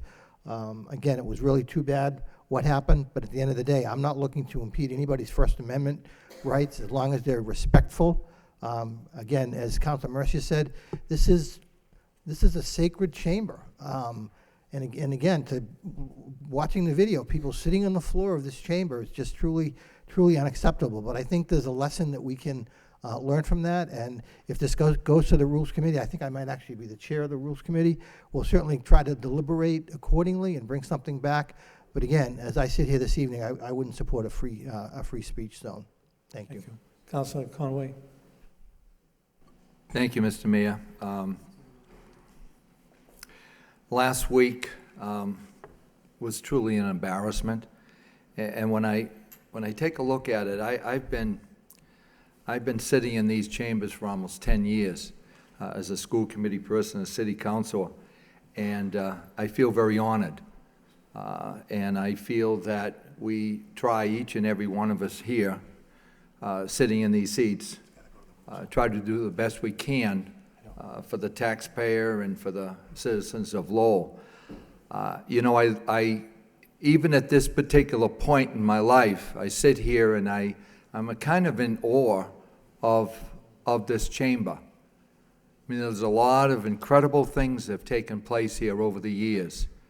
And when I look back as a teacher, we would go to these meetings, whether it was school committee or sometimes even city council. And I used to have, as I said, in awe of what was going on and the hard work that the councilors and the school committee and the mayor and the city management team were going through. And I often wondered, I said, wouldn't it be something someday that I could be sitting in one of these chairs? And again, I considered a real honor. When I saw what took place last week, it was extremely disrespectful. And I thought it was very insulting to our democracy. And you know, when we talk about protesting, as a teacher, we protest. I was in those lines too, outside, and we made our point. And as time went on, becoming a school committee person, I had to walk through that gauntlet too, and listen to what teachers and the staff, what they had to say. And what took place last week was a shutting down of a process, was shutting down a committee, and it was a situation where the people that were protesting, they were on a one-way street. They didn't want to listen to anybody else. And as far as I'm concerned, that's again, very, very disrespectful. I think it's important going forward that we take a good look at these motions, and I will be supporting them, because I think that I've heard it from so many people in this city in the last week, could not believe what took place here in the chambers. And I think that Mr. Elliott mentioned in 22 years sitting here, he's never seen it. And I myself been around a little bit longer than the 22 years, not sitting here, but I have never seen something like that take place, and I never want to see it again. So I will be in support of the both motions. Thank you, Mr. Mayor. Any further discussion? Councilor Leahy? Sure. I guess I'm just going to add to, obviously, nobody liked last week, but I think the way the motions are written, you know, I don't have an issue with I don't want zones. If we're going to look at the rules, we should look at the rules, but that doesn't really say it in the motions. So I'm not going to support the motions, but if we want to look at the rules, I'll look at the rules. I mean, I think, you know, it hasn't happened in 30 years and probably won't happen again, but if people want to come in and walk around outside and protest or sit behind the rail and disagree, that's fine, but I don't really see the need for, you know, a protest zone or whatever we want to call it. So I won't support these, but I'll support, you know, taking a look at the rules. Councilor Kennedy? Thank you, Mr. Mayor. I'd like to speak on this, but for right now, I just would like to point out that I think what we have before us are really three different matters that have been bundled together. Yes. So we have the two motions, and then we also have the report from the city manager. So before I make a comment, I would be interested in hearing the comments, and I think the general public would be interested in hearing the comments from the city manager, if we could. Madam Manager. Thank you. Thank you, Mr. Mayor, and through you to the council. As has been stated here tonight, last Tuesday night, there was a subcommittee that was disrupted in an extreme way, and I think everybody has spoken to that.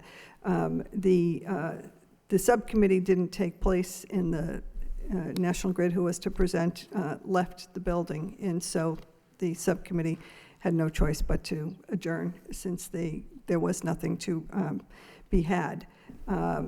Following that, many councilors expressed their concern, and I think, as has been said here tonight, traditionally for all of us who've been here for many years, demonstrations have always taken place outside this building, which is traditional in whether it's the State House or other buildings. That's where the rallies, support, protest, whatever you want to call it, but where people are free to gather and to demonstrate or rally or what have you, but not in the City Council chamber. And this was not a rally or expressing support. When I came into the chamber, the subcommittee had left, but it had been taken over, as has been stated here. People had infiltrated the council, which we would call the council section or floor of the council. They had thrown, whether it's blankets or banners, over the monitors. So if there was to be a presentation by National Grid, no one would have been able to see it. So it was clearly aimed at shouting down the subcommittee in not responding when they were called to order or told to stop acting that way. Typically, we don't have police at a subcommittee meeting. We've never had a reason, but the police were called and they did come very quickly to City Hall. At that point, there was no subcommittee and the City Council wasn't meeting till 6:30. So eventually, those who had taken over, and I use that phrase, but I don't know how else to explain it, did leave the chamber. Following that incident, a number of councilors asked me, aren't they supposed to protest outside? Isn't there a rule that the protests take place outside? We did look into that and research that, but the answer was there was no rule. So I did ask the law department, pursuant to conversations with several councilors, as well as pursuant to the motions that were followed, to come up with suggested language. It's the province of the council to decide what the council wants to do about its rules. And the two suggestions had to do with behavior in the council chamber and the order of it, and also designating an area outside the building where, as I said, protests, demonstrations, rallies, gatherings are appropriate and can take place. Much of this language, the law department did look to other communities as well who have similar rules, the City of Boston City Council, for example, and other communities who have dealt with these issues. So it's submitted for your consideration, and that's why in the cover letter we just suggested it go to the Rules Committee, so that you may want to have a more full discussion about what the council wants to do. It is true, this hasn't been, at least in my knowledge, hasn't been necessary, but last week was a whole different experience. So that was the reason for the communication and the proposed language. But you know, again, it's your decision as far as what you want to do. Thank you. Mr. Mayor, if I could,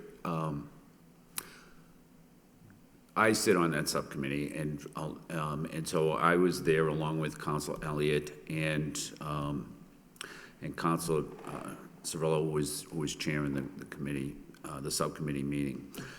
It is true, as the speaker said, that usually at city council meetings, there's usually a police officer here, and that police officer acts as a sergeant of arms and is charged with making sure that there's order. Subcommittee meetings are a little bit different. I think of subcommittee meetings as being little workshops. They're not really deliberative bodies. They're really just informational.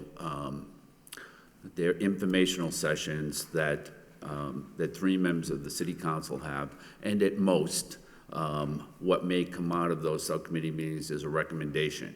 But the subcommittee itself does not have any power onto itself to enact anything, or all it can do is make a recommendation. So generally, subcommittee meetings do not have a sergeant at arms. Indeed, usually the chairman doesn't even have a gavel. I mean, we had a subcommittee meeting this evening at 5:30, which was held in an orderly fashion, but there was no gavel, and there was no sergeant at arms or anybody there because it just wasn't expected. In the instance of last week, it was pretty clear that the situation that developed was not, it isn't something that escalated. It was something that was planned right off the get-go. And as soon as the subcommittee meeting, as soon as the roll call was completed, then all of a sudden the demonstration took place. And the chairperson, although they had a gavel, the situation had already gone beyond gaveling the meeting back to order. I left the chamber, went into the city manager's office, and indicated that we needed a police officer, and a short while later there were several police officers there. And I do understand that the TV coverage was cut. So after a very short period of time, the demonstrators were really just demonstrating amongst themselves. The subcommittee had left and so forth. Nevertheless, it isn't something that we can allow to happen again, I think. And so we're going to, the alternative would be that we have a police officer at every single subcommittee meeting. And I don't know if that's the answer to all of this, but, you know, in my time, and I haven't been here as long as some of the other councilors, but I've been here for a considerable amount of time, and I've never seen a situation like that, especially with the subcommittee meeting. And I do think that you know, there has from time to time been city council meetings where there has been shouting, and you know, people have heckled other speakers, and it isn't fair, because if you expect to have First Amendment rights, then you have to have respect for other people's First Amendment rights. It doesn't work that you just have First Amendment rights yourself, but nobody else does. And that was something that was completely lost last week. So if this is all going to be sent to the Rules Committee, I think that's not a bad idea, and I will wait and see what the Rules Committee comes back with. I trust I'm not on the Rules Subcommittee, Mr. Mayor, in making that, but thank you. Okay, Councilor Leahy. Sure, thank you. I just wanted to, I didn't read the 10.2. I misread that. So, I mean, I do agree that the policy should be, you know, and what the manager wrote up here. I do agree with that. Are we sending this to? I need a motion to, you know, bring this. I'd like to have the clerk speak on this first. Under the city council rule, procedurally and legislatively, what happens is any rule change that's going to be proposed by the body has to go to the rules subcommittee to be, you can adopt it, you can revise it, you can reject it, but you can develop the rules as you see fit. You bring it back before the full body, and it requires a supermajority, 6 votes for it to become codified. I just need a motion to bring all the information, the city manager's information, everything, to the Rules Committee. So, well, I'm Councilor not sure. Elliott, by Councilor Elliott, second by Councilor Mercia. I'll let Councilor Leahy finish. Are you all set? Councilor Milonazo? Thank you. On the motion, just a point of clarification. In the city manager's transmittal letter, she asked us to take action next week. So when, assuming that the subcommittee, right, it'll be as a result of what the subcommittee comes back with, not, so you're not looking for anything next week based upon the discussion tonight. Okay, thank you. Councilor Mercia? Just for clarification, my motion never said to establish a zone. I didn't see the word zone in my subcommittee, in my motion. It says request a law department provide an outline of where people are allowed to demonstrate. Is it in here? Is it out there? It didn't say establish this zone, so I don't know why you're not supporting something that it never has said it. But I'm mostly concerned with the wording of the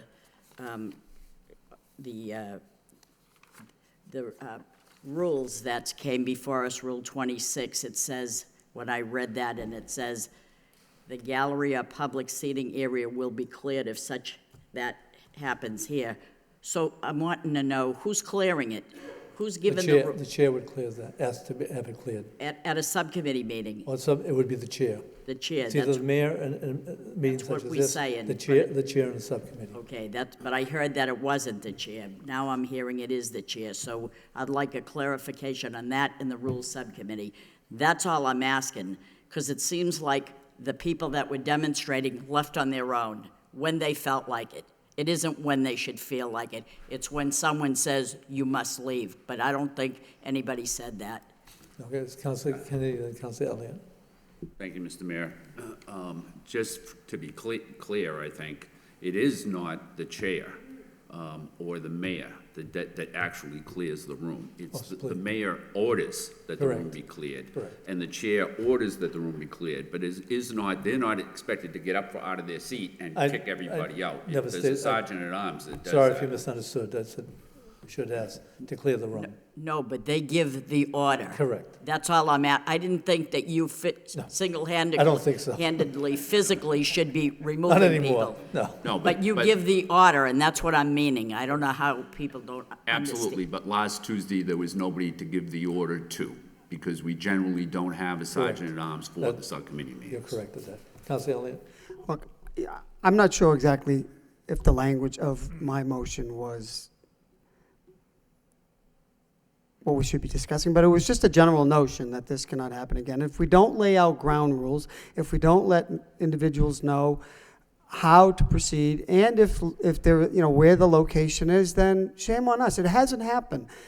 Hopefully it won't happen again, but to sit back and do nothing is not right. Other communities have done this, and they're dealing with it. We are not trying to abrogate anybody's fundamental rights. That is not the point. We're just trying to conduct business in this chamber. And that was the reason why I put the motion on, and nothing more. We just have to be able to proceed and not have to, if we don't lay out rules, if we don't tell people, or have rules, not tell people, then I don't think we're doing our job. And I just think it's important that we at least have a discussion on this and come back. I think the recommendation is quite sound, Madam Manager. I think it makes sense. It's specific, and it entitles everyone to conduct business and still be able to protest. And this was a demonstration, and I think there is a time and a place to do it. Any further discussion? Roll call on the. No, before the roll call, I'd like to make a statement in the sense of, I think, and I hope last week was an anomaly. It just, won't happen again. But with that said, as chair of this meeting, I understand my role to ask if the room has to be cleared. I would ask the room to be cleared. The issue about not having a police officer is correct, but the thing is the chair can ask the room to be cleared. It's more problematic if you don't have anyone else to assist you in that function. Regarding police here, I was one of the ones too that asked for more police be present for the simple reason last week was quite different. It was something that we're not used to having, and having more police was for the purpose of safety, just for safety. The issue was to ensure that nobody got hurt or what have you, and we could conduct our meeting properly. And I think what we have now is a lot of information to go to the Rules Committee to have an open discussion to bring this information back to this body. I think all of us know our role, know what we have to do, but the thing is, we can look at what other cities do, there are proper ways, proper policies, and proper understandings. I think the more understanding we have of this a situation like this, the better off all of us are, and we can better handle the situation. Because it'll also, I think, the Rules Committee, perhaps you should also include having someone from the police department come in to, along with the solicitor's office, to provide more information regarding this issue. Okay, roll call. Councilor Conway. For quick clarification, this is going back to the Rules Committee, is that correct? It's a motion to refer to the Rules Yes. Subcommittee. Okay. Councilor Yes. Conway. Yes. Councilor Elliott. Yes. Councilor Kennedy. Yes. Councilor Leahy. Yes. Councilor Mercia. Yes. Councilor Milonazo. Yes. Councilor Noon. Yes. Mayor Samaras. Yes. Councilor Cirillo. Yes. 9 yeas. All right. Okay, we don't need anything. All right, garage presentation. Madam Manager?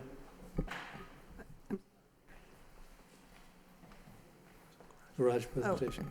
Thank you. Thank you, Mr. Mayor, through you to the council. We do have folks here this evening to give a presentation to the council regarding the Hamilton Canal Innovation District Garage. Without further ado, I don't know if Diane Trad wants to add anything to that. I'd just like to say that we're very excited to present this tonight. The DPD and the parking director have worked very hard with our consultants from Walker Associates, or Walker Consultants, excuse me.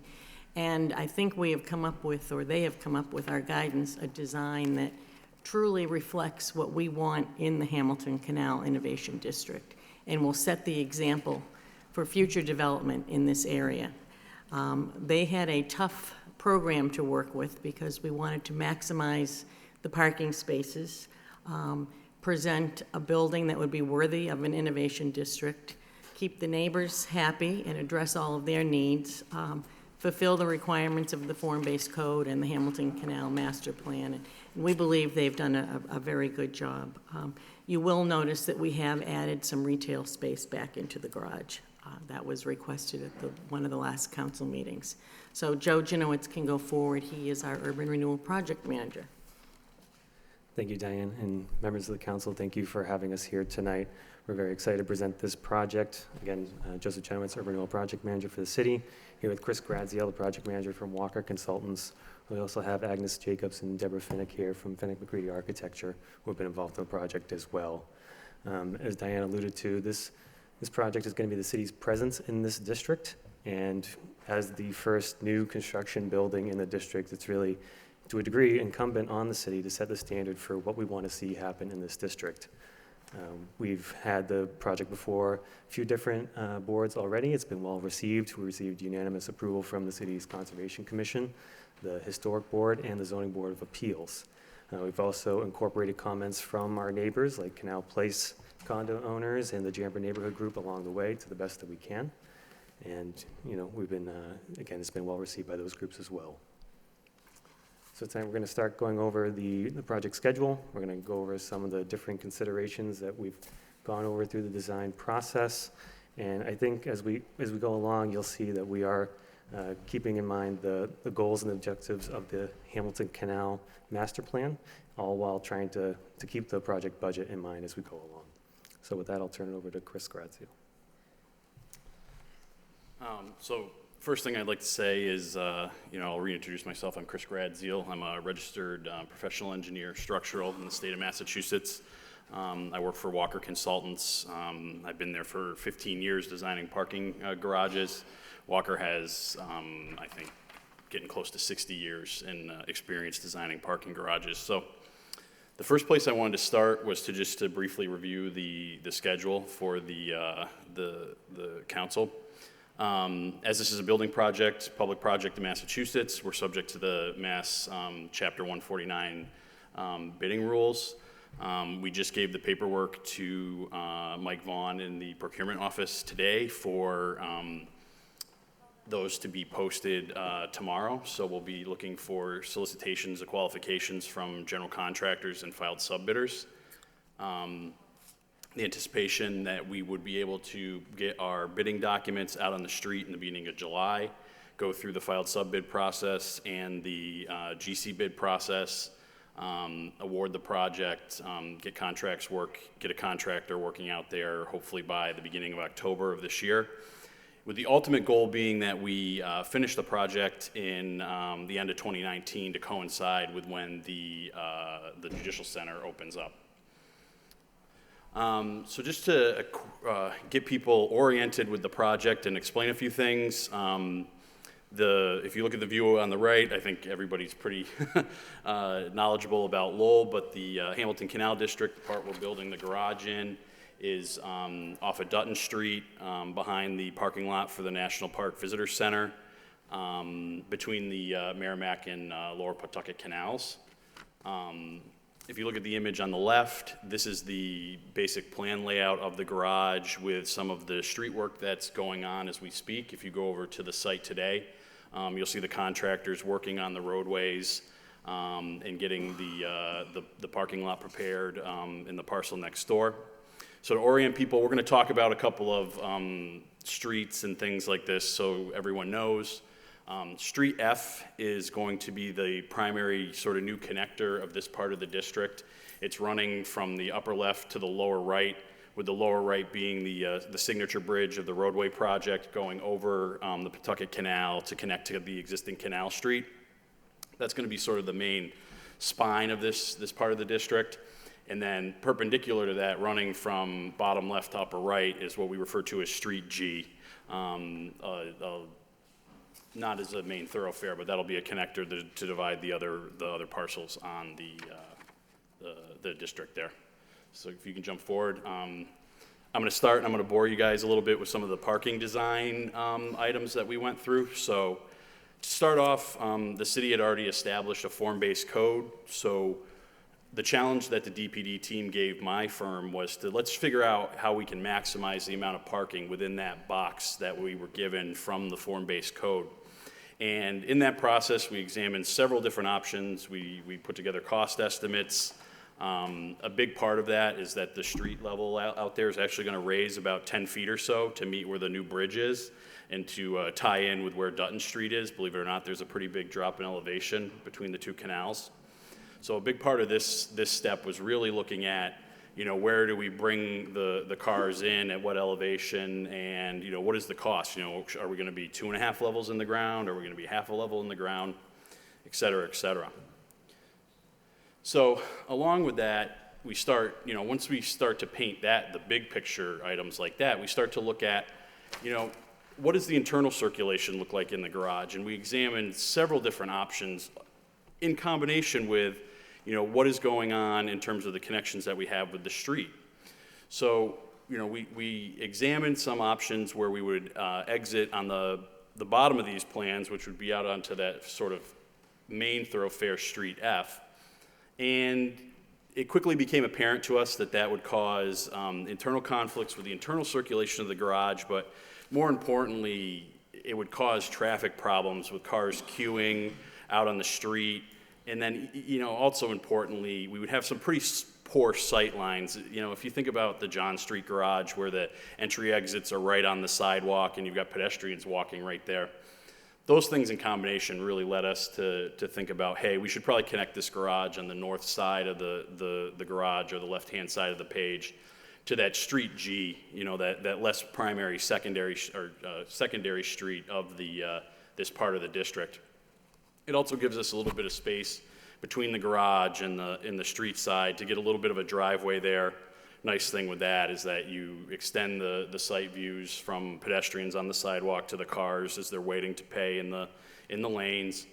And then it also gives us a little room to get a couple of cars off the street while there's somebody waiting to pull their ticket to get into the garage. So it quickly became apparent that was the way to orient the entry exits on this project.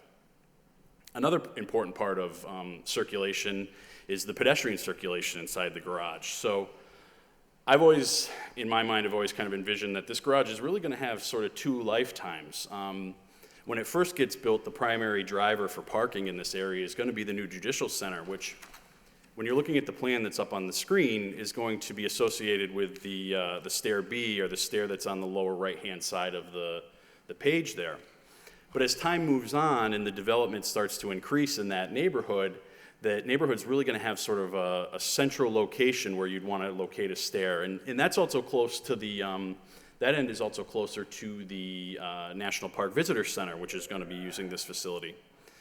So because of those two factors, we felt that it wasn't prudent to put all of our elevators in one area, that this garage is really going to serve two different focal points for the pedestrian circulation. So what we've done is we've actually split and put an elevator and a stair tower in each corner with the idea that it'll serve both of those destinations in the future. And with that, I'd like to turn it over to some of the more exciting architectural items that my team from Fenwick McCready worked on, and I'd like to introduce Deborah Fenwick to talk about that.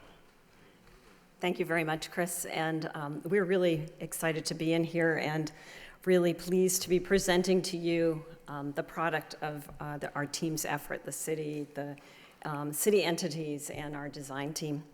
So we start off looking at the urban context. Really, there are a lot of opportunities that this project, do you have the clicker? Okay. Which one's the clicker? Okay, great. That this project has to contribute to an urban condition, especially being, as Diane said, it'll be the catalyst project for the innovation district. It'll be that first chess piece, the first move in that chess piece, and the idea is to make a strong first piece that does a lot for this immediate area and supporting some of the objectives of the larger area. Here's a list of some of the opportunities that we see for this site, and I want to highlight the two, the district development catalyst, which we've talked about, and also this has the opportunity to signify the innovation district, be a significant iconic building in this district as its first move. The goal of the team has been to develop something that is a great neighbor, it's respectful of this amazing historic context, but also speak to the future and innovation that Lowell has always been known for and will always be known for. Then as we go a little closer, we look a little closer to the site here, you can see those street patterns that Chris was talking about. The orange patterns are your new streets, F Street, G Street, and in the purple are the pedestrian routes. The other thing I want to highlight, if you look at G Street and F Street and the face of the garage, the west face of the garage, it encloses or it defines an open space. And we see that as a really wonderful opportunity, and that the design of the garage can reinforce that as a vital public space. Okay, design opportunity. So what we are going to present here are the sort of how we're responding to the north, south, east, and west faces of the site, and because they all present very unique opportunities. So we're going to go through it by each side, but you'll see that really this building is understood in the round and by its corners and all that. So it's a project that has 4 faces. Okay, the first face we'll talk about is the west face, which we're calling the park face. It is the, of a triangle. It is the long face of the triangle. So it's we see that it really has an opportunity to be a backdrop for the space, and we show how buildings can create backdrops for public spaces. The other thing is that this face, we saw in some of the earlier diagrams, that there will be a pedestrian route that runs along the face of the garage. So it's the scale of that, the creating an experience that's well scaled, has activity, is very important. So this is the design of the west face.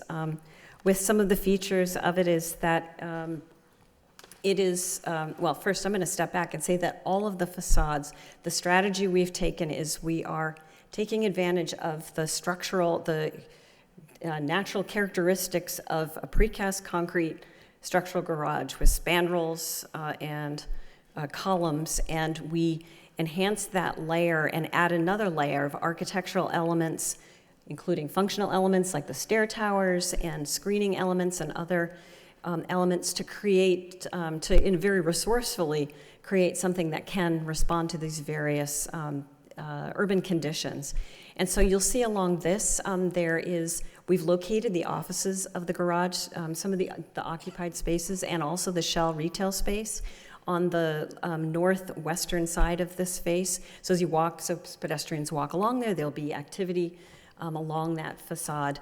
And we've also created an element that we've created a well-scaled facade that screens the cars there so that it will feel like a building facade. This facade is flanked by the 2 stair towers, as Chris was describing. The one at the south is the one that would be used by the Judicial Center.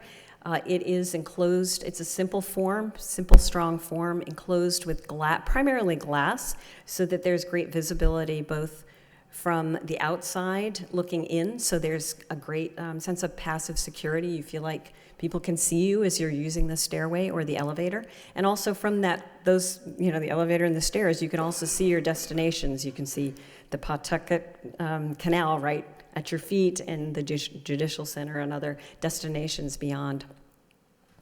Additionally, you can see that there's a real emphasis on the part of the park, the center of gravity of the park, sort of towards the northern end of the park, to create something that creates a backdrop for music performances or food trucks assembled on this site, or other things that would activate this open space. Now we're going to move over to what we call the canal face. It's the southern face of the garage, and here is the section that shows you what Chris was talking about. The site slopes pretty significantly. So if you look at the left, that's the park and F Street, and you can see that there are 2 parking levels below street level. And as you move to the right of that section, we get to the Tail Race Canal Walk and the Tail Race and Canal Place condominiums, which is a very close by neighbor. And from this view, you can see the form-based code, the setback that's prescribed by the form-based code On the third floor, the face of that west, no, that's the east face of the garage, which is only a few levels high, is prescribed as a green wall. We'll show that to you later. And then there's a green roof on part of, where it steps back, on part of the roof that is closest to Canal Place. And so we look at a section of the garage in the opposite direction, so the long direction of the garage. You can see on the right is G Street. That's street level. Then you can see the two levels below, and you can see dotted in there the actual natural slope of the site. Then the canal walk along Pawtucket is along that face, and then you can see the Pawtucket Canal on the far left. So now we look at the articulation of this face. What we felt was really important of this face is that it has a relationship both with the rhythm of it and the sense of surface that is, it recalls the rhythms that you find in the industrial buildings along the Pawtucket Canal. I mean, it is really extending one of the faces of the industrial canyon, and so it feels really important that it carries that rhythm, but in a contemporary way. So here we also have vertical elements that, along with the structural horizontal elements, create the sense of openings, create a sense of a wall with openings. And then there you can see the stair tower, the stairs, and the elevator. The next face here, oh yes, so here, now we're on the north face of the garage. This is where the garage is close to G Street. It's establishing really the first street edge along G Street. And initially, as Chris was saying, it'll be looking out on the parking lot for the visitor center, and it'll be the side of the building that uses that. But it also is establishing that street edge. And then in this view that we have here, you can see on the right the future development and the stair tower that we've rotated to be parallel to G Street to reinforce it. And then there would be landscape, reinforcing that street also. And you can see this sort of plaza area in front of the garage at the entry of the garage. So this, again, is the main entry, vehicular entry to the garage. And finally, we have the facade that is along the tail race, and Agnes is going to describe this.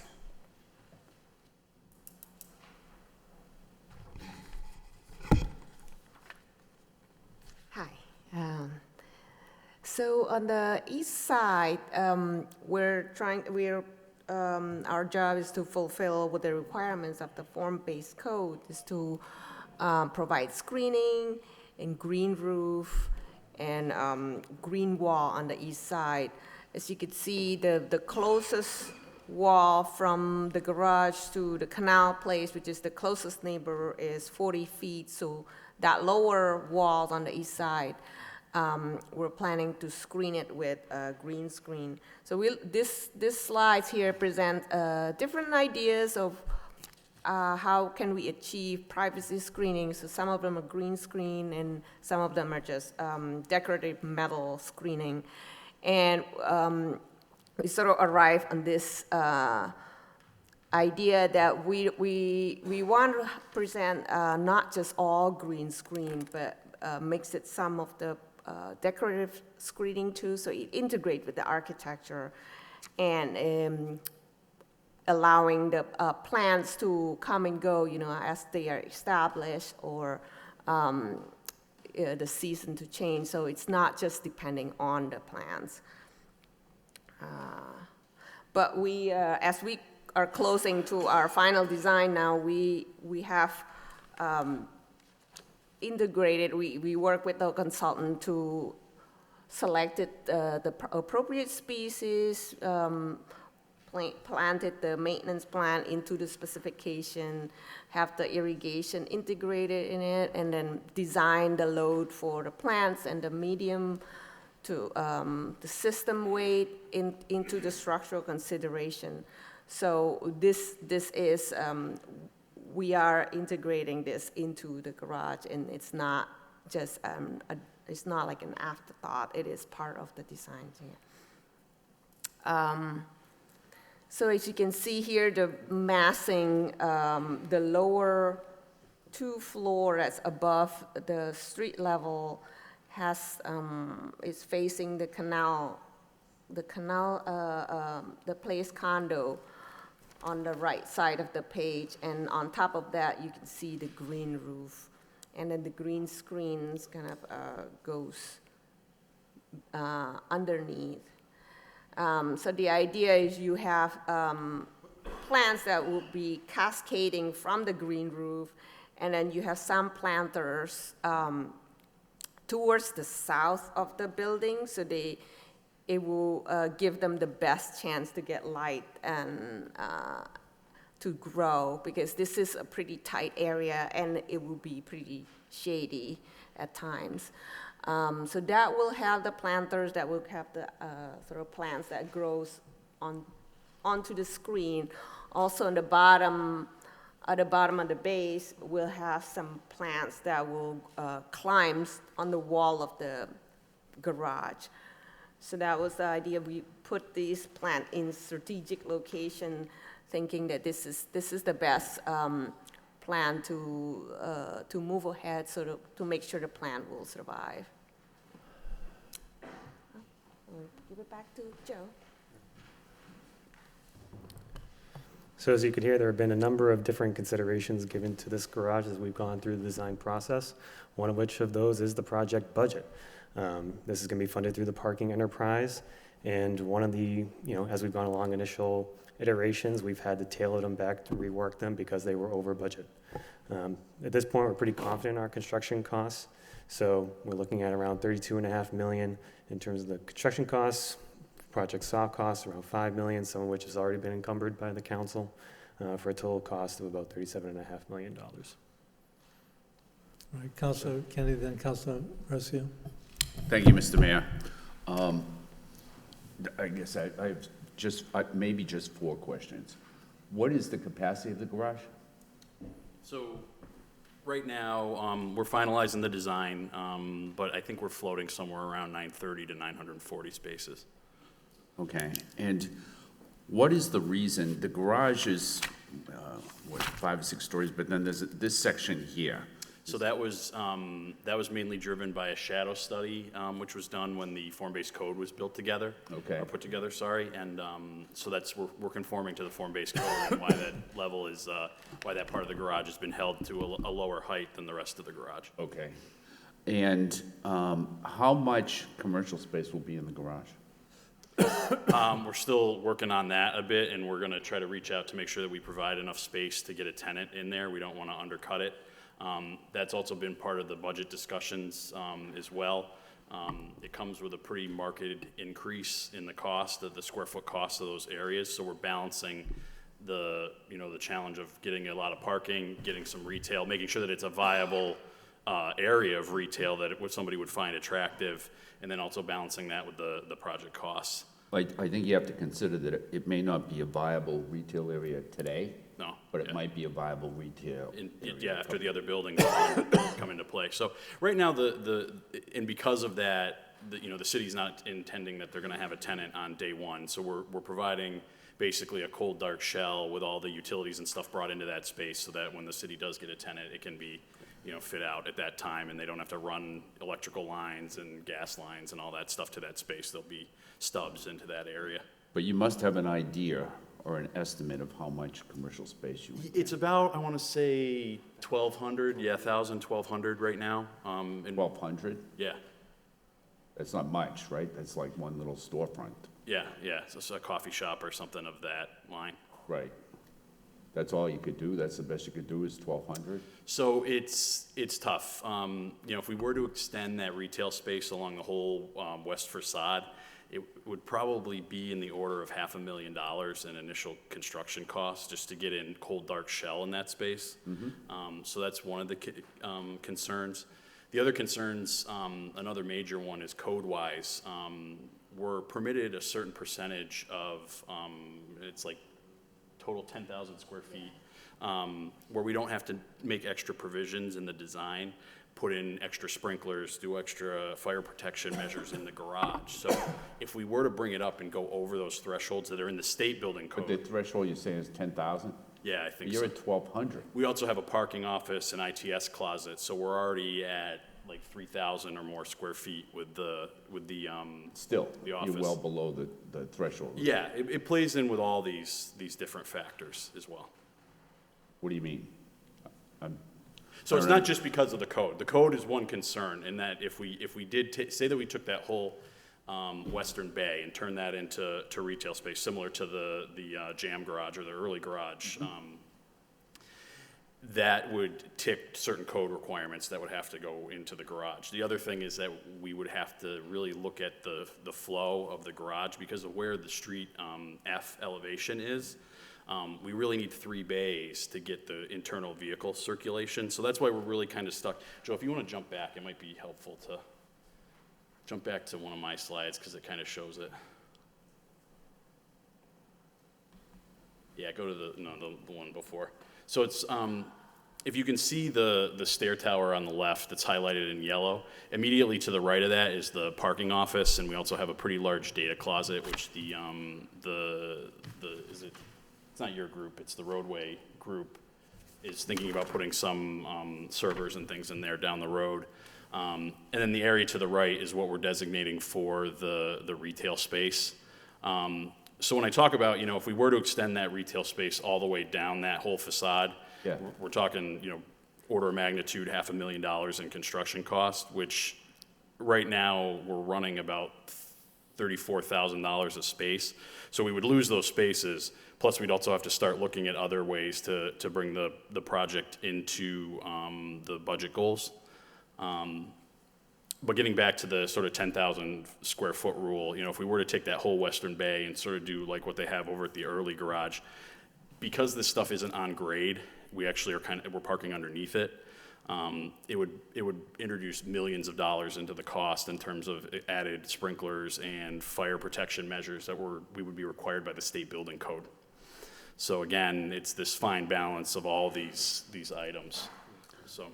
I can say additionally, with this project, we are going to be stubbing out utilities also in the park area, right adjacent to the garage, what's known as parcel 13 in the district. So that way, when there are different events in there, that space can be programmed for, different events. Okay. If you did have an additional 7,000 square feet, let's say you went right to the 10,000, okay? So you have 7,000 square feet more of commercial space.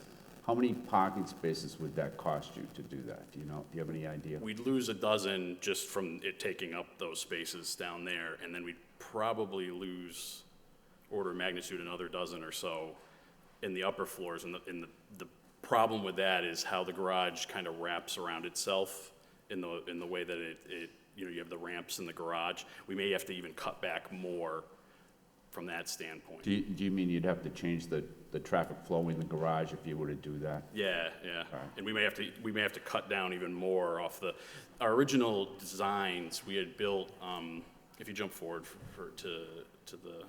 keep going. If you notice here in this rendering, you can kind of see that the garage is one level, and then all of a sudden near the stair tower on the right, it jumps up one more level. We actually took out a whole piece of that level as part of the value engineering and the aspects we looked at when we were over what the city had slated for the budget. So similarly, if we were to have to start to take out 20, 30 spaces, we'd have to start peeling out a whole nother turn to get that to work, because it has to do with code reasons and stairs you're connecting to and all sorts of other things like that. Yeah, I just think going forward and what it's going to look like, what the whole district will look like eventually, that maybe there'll come a time when we wish we had that commercial space rather than just just a cement building, which is just going to be the garage and that's it. My last question is, do you know how far it is from the garage to the new courthouse? Does anybody have an idea of how long it would take to? It's only a couple of blocks. Right now, Canal Street, you know how Canal Street kind of comes to an end? And I know how far it is in my head. I was just wondering if you knew I don't how know, long it yeah, was. I don't know how far it is, but it can't be more than like a quarter, a quarter mile or something like that. Okay. I suspect it's a 5-10 minute walk. Yeah, okay, thank you. Councilor Mercia. Thank you, Mr. Mayor, through you to the gentleman here. So we're talking about 940 spaces about? Yeah, we haven't, like I said, we're getting pretty close to being finalized. I'd say somewhere between 930 and 940. And so this is the land that used to be National Park Services land that we, No, this is the old Freudenberg factory used to be on this parcel and the one next to it. because I'm looking at it and I'm saying, this doesn't look like the area that we're talking about, so. It's parcel 14 of the form-based code. Parcel 14, okay. Yeah, which was always as a garage. And so, how many levels are we having here? It's 7 total. It's more like 6.5. And there's, depending on the side you're standing on, there's 1 level in the ground, or when you're on Street F, it's actually more like 2 levels in the ground. Well, because that's why I'm asking you that. There's the street level, and we're calling that the first floor? The street level, first level? Yes. But then you get the canal level, which is below the ground, right?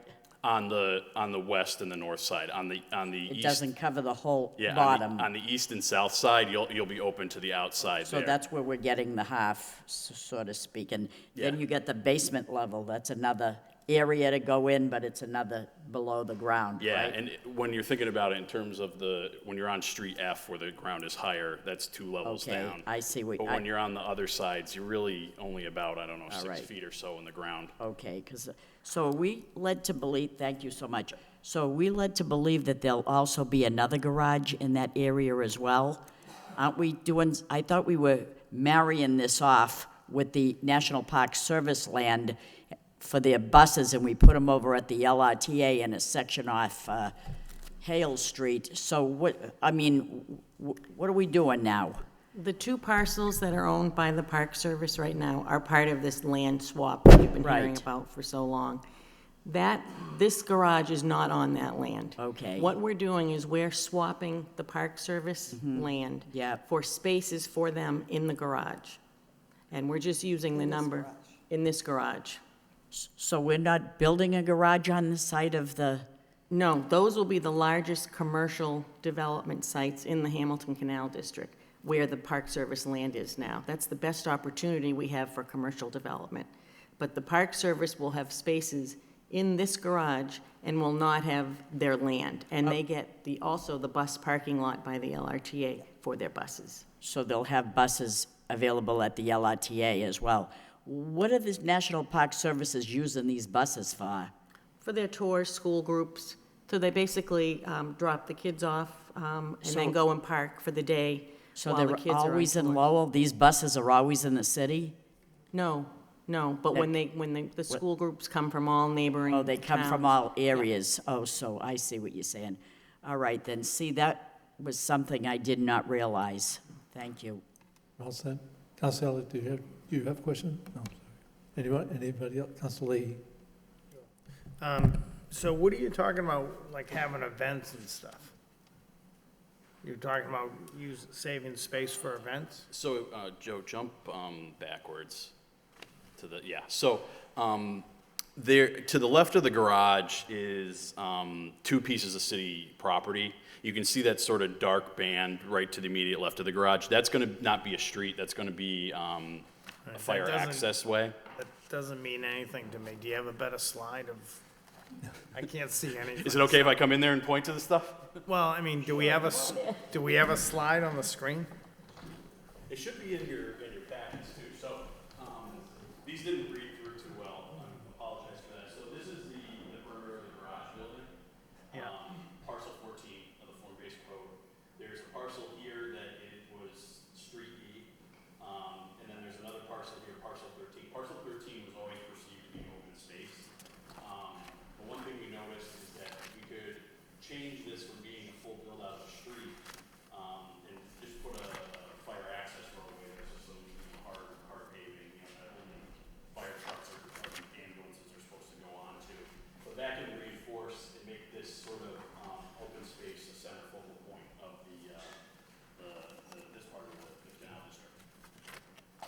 Is that behind the green space? You can kind of see it there. Right now, there's a parcel here, which is one of the 4 vacant lots. This is the lot that's existing. You can kind of see some of the stuff there. That's the National Park lot. And then this is where the bus parking was, or where it is today.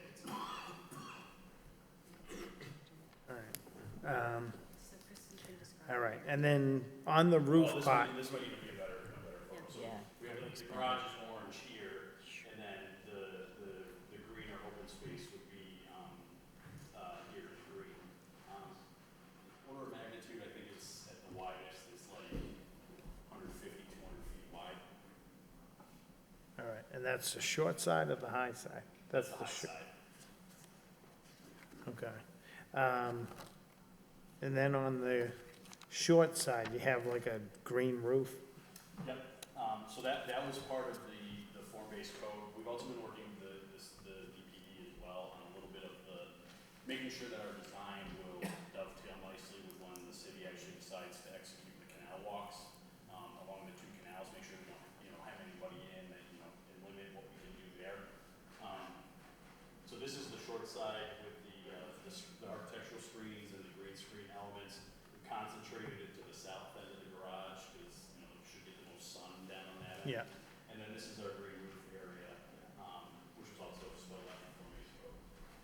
All right, so what do you mean by that, though? How many, like, if we traded that space for the commercial spaces down below, wouldn't that? It would. We'd have to get, Joe, we'd have to go and get a variance and get the neighborhood groups to buy off on that, correct? Who's gonna see that roof? The people in Canal Place? Yes, that was All right, so that's why a we're concession to doing Canal Place. They wanted that back, even when the Hamilton Canal District Master Plan was being formed. This was a concession to Canal Place. Okay. All right, thank you. Any further questions? Council Kennedy?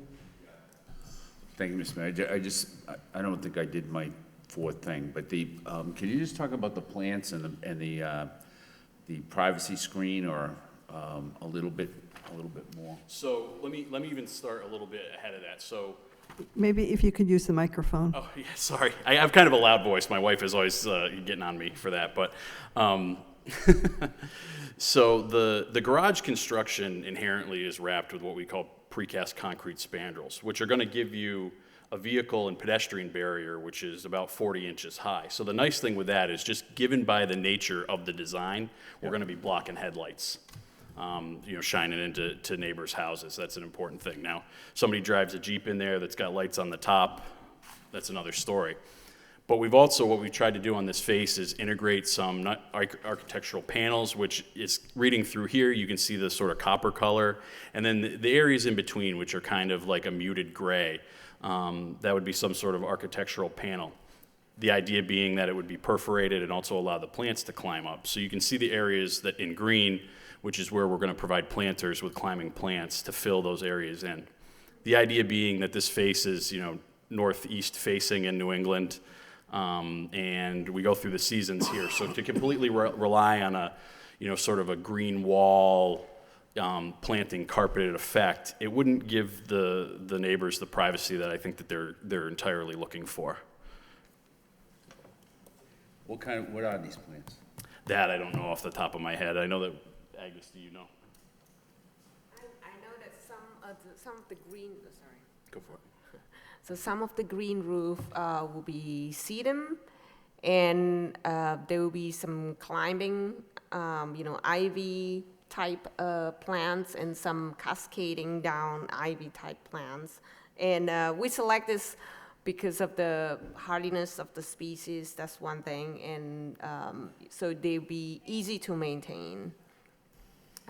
But we selected, I think, the best package for this type of situation. Hardiness, I think, is important. Yeah. Why are they going to be easy to maintain?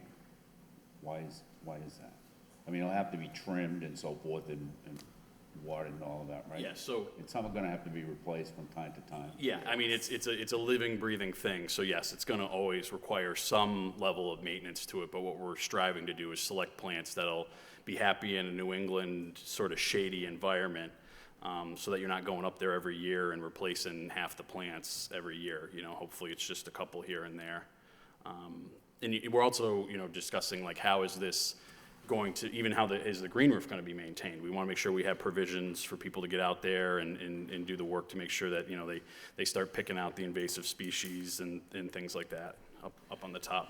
And why are we doing that? Just to shade, to provide, cover for headlights? Is that the reason we're doing the plants? You wanna?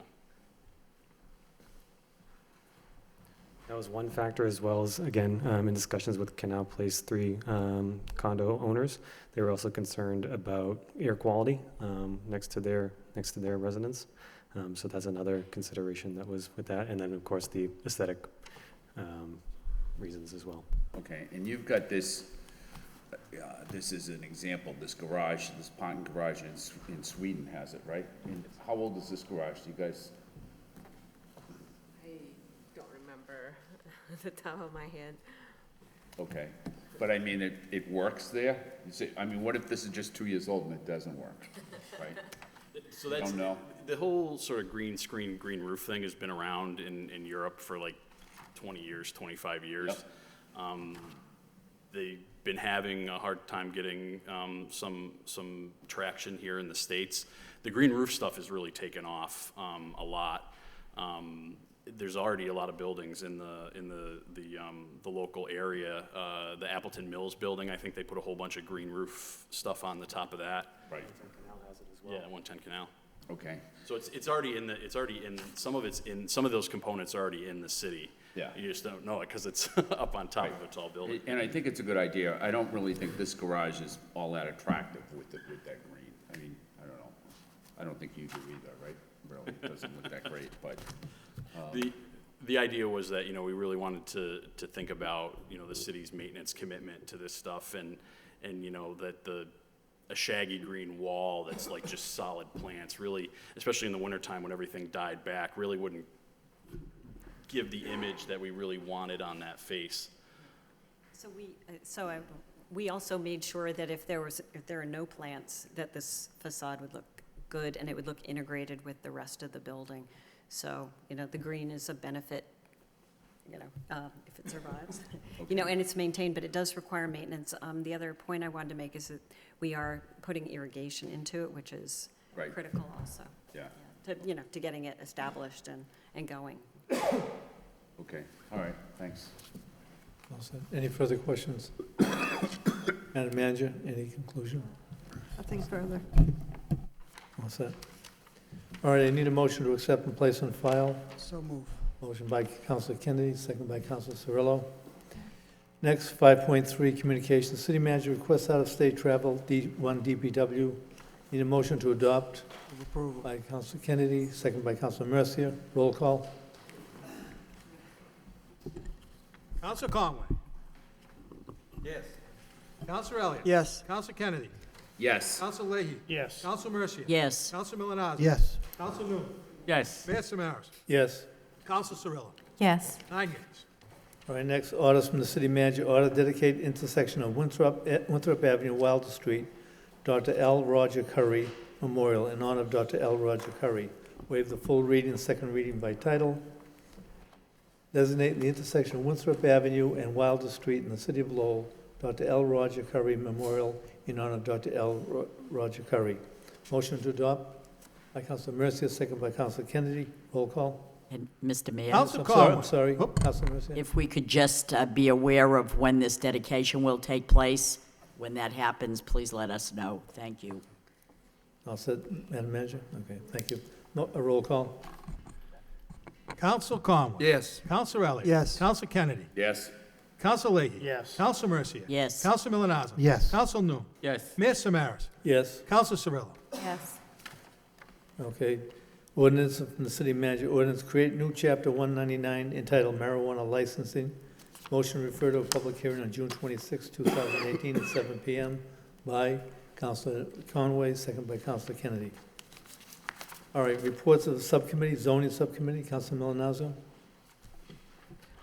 Thank you, Mr. Mayor. The zoning subcommittee met this evening at 5:30. In attendance, myself, Councilor Noon, Councilor Kennedy. Also, we had Councilor Elliott, Councilor Cirillo, Councilor Mercier, Councilor Conway, and Mayor Samaras. Councilor Leahy did watch it from home. Thank you, Councilor Leahy. It was a very good meeting. We did spend some time, if you recall, over the last couple of months dealing with the marijuana issue. So this was important to get back in front of the issues of Airbnbs, people turning single-family homes into rental units. We had a number of, in fact, I think all of the neighborhood groups were represented and all spoke very passionately about the issue. Eric Slagle from the Development Services Office, as well as Attorney Gary Gordon from the Solicitor's Office, were in attendance. And Councilor Kennedy, after much discussion, did make a motion. And I'm actually going to ask the City Clerk, Gary, to read the motion, so that we're going to get back together in 3 weeks as a subcommittee to deal with the information that the subcommittee is requesting of the administration. We feel that we need to be more proactive as opposed to reactive. The residents that stood up and talked about properties on Varnum Avenue, on Ellis Street, on Mount Hope Street, on Plymouth Street, on Riverside, corner of Martin Street, what's going on over at Livingston Street. Actually, a property owner, a neighbor over there came and spoke about what's going on with a single-family home. So it's something that we have to look at from an enforcement issue, we have to look at it from a zoning regulation issue, and it's something that the entire council promised the neighborhood group tonight that we would act swiftly and bring back to the subcommittee the information that the subcommittee, through Councilor Kennedy's motion, has requested of the administration. So we heard phrases like stealth dormitories this evening, talking about what is happening as a result of some of the landlords in the city feel that they can get rich off of the students. I was surprised to hear that the attendance, if you will, or the occupancy of the dormitories is not what the university would like it to be. Therefore, it's impacting properties, private property owners, and certainly neighbors in our neighborhood. So we're looking at traffic problems, walking, noise disturbances, trash, all something that we as a council are committed to making sure that get corrected quickly. So that is a report of progress, and I would ask the city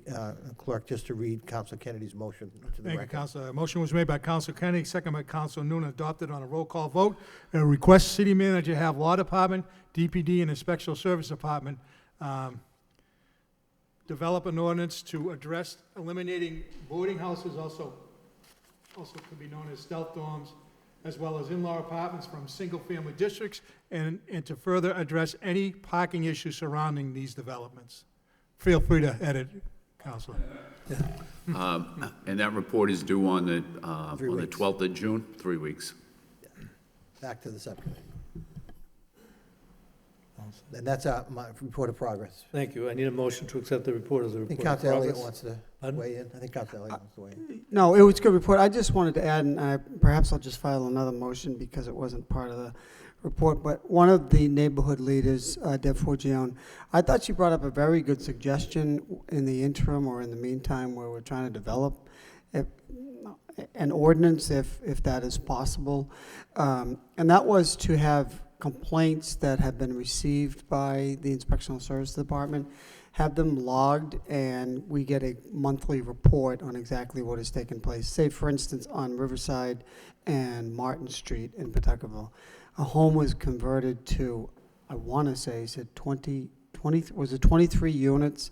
I mean, that's clearly a violation of any zoning code unless it's in that particular area. I think it was a two-family. So I think it's important that we kind of continue to be proactive. And one way to do that is to get a report on what's taking place on complaints already filed. I know it's the summertime and it's going to be difficult to see how many students there or how many rooms are being used. But I think, I think the premise that we get a report on a monthly basis might make some sense. Do you want that in the form of a motion, or do you?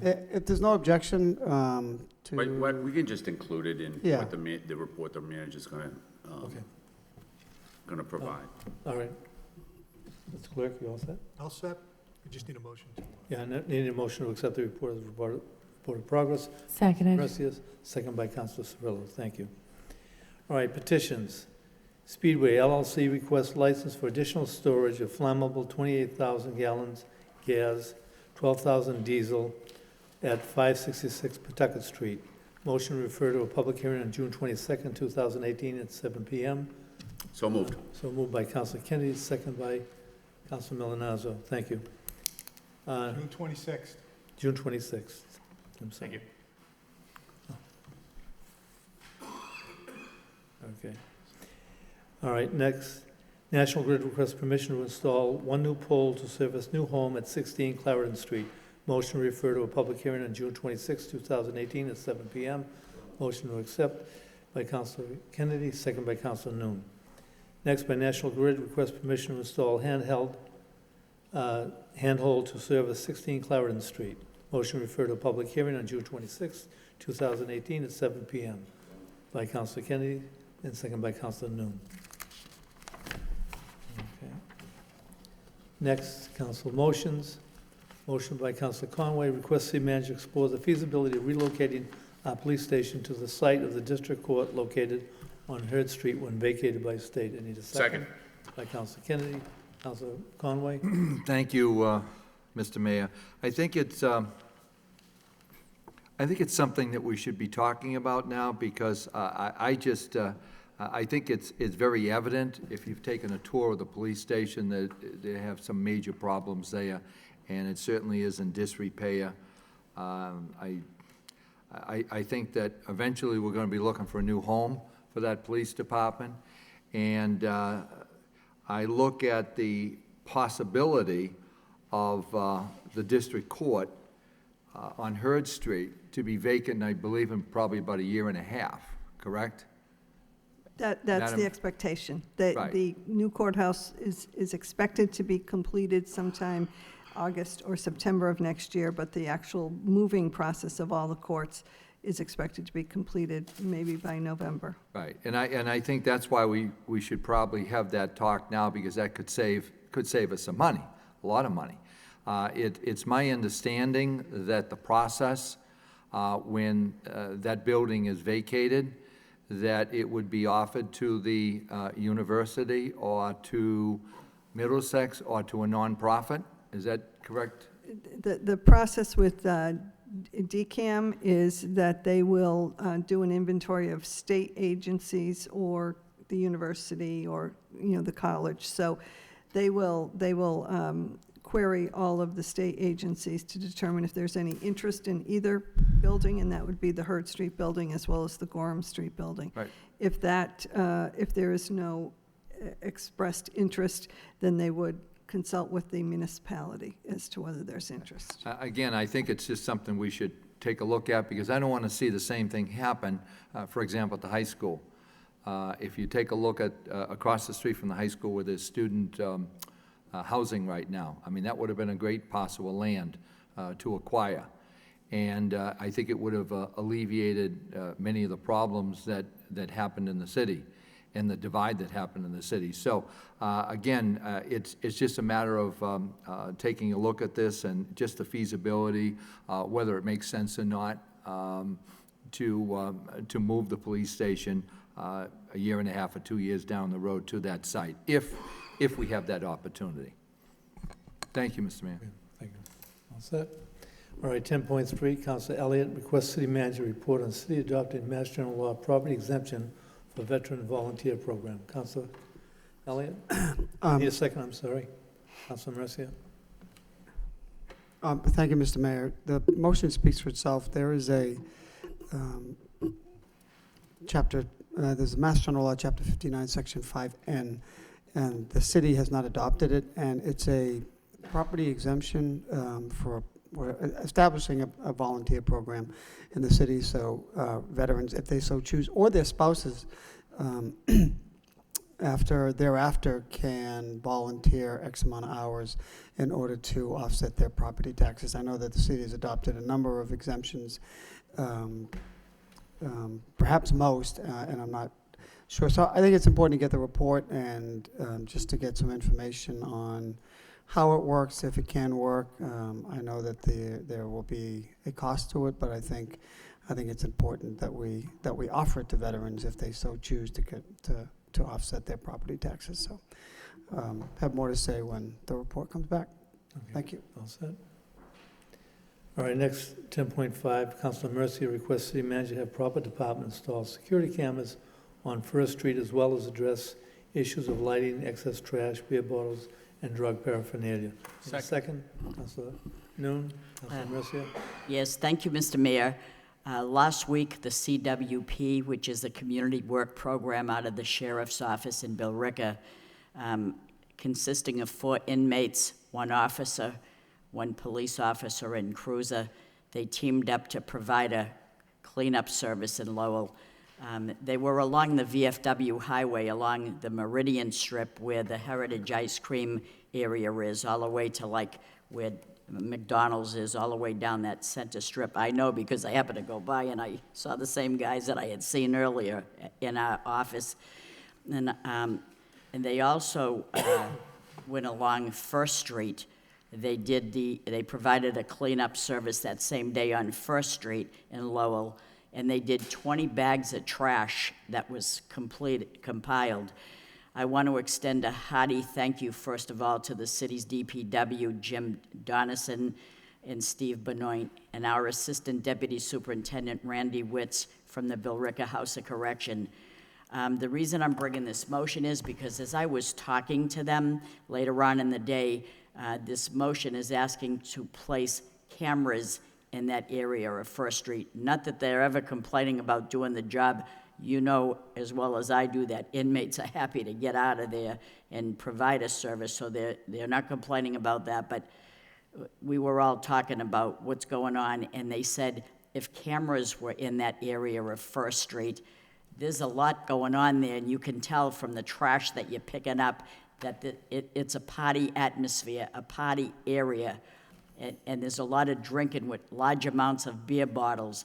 Drug paraphernalia apparently is taking place there because they're cutting the corner of Ziploc bags, and I'm saying, I don't understand what you're talking about, but they explained that that's a sign that they're cutting something out, and they're dividing something out, and that's not a good sign to see a plastic bag with the corners cut out. The area needs to be properly lit as well and should be looked at to find ways to prevent these situations from continuing.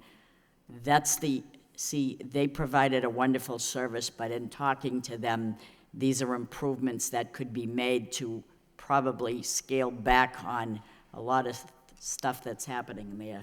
Cameras, lighting, if we could just probably address that area, that would be helpful. Thank you. All set? Next, 10.6. I'm sorry, Councilor Leahy. Thanks. On the motion to the manager, at one point there was talk from State Rep Golden, we were gonna try to put a fence along there from the state. So maybe we could see where that was, because they were trying to get a 6-foot chain link fence to run the street, and then that would make it, even that much harder to throw bigger, bulkier items over the fence, so. I'll check with Representative Golden. Thank you. All right, all set? All right. Next, by Councilor Leahy, requires city manager to have law department draft ordinance that would fine utility companies $100 per line after they were notified that such lines were illegally hanging from their poles. Need a second by Councilor Mercia? Thank Councilor you. Leahy? In light of all the wires hanging from the poles in the city, so I think we should take a look to see if we can draft an ordinance, and everybody should put some input in.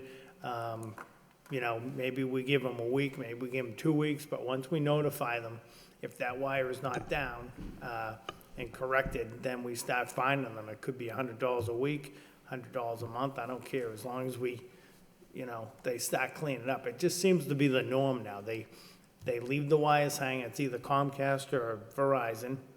Obviously, they're not national grid lines, but, it's gonna come a point where people are just gonna assume it's not a dangerous wire, and someone could get killed touching an electrical wire.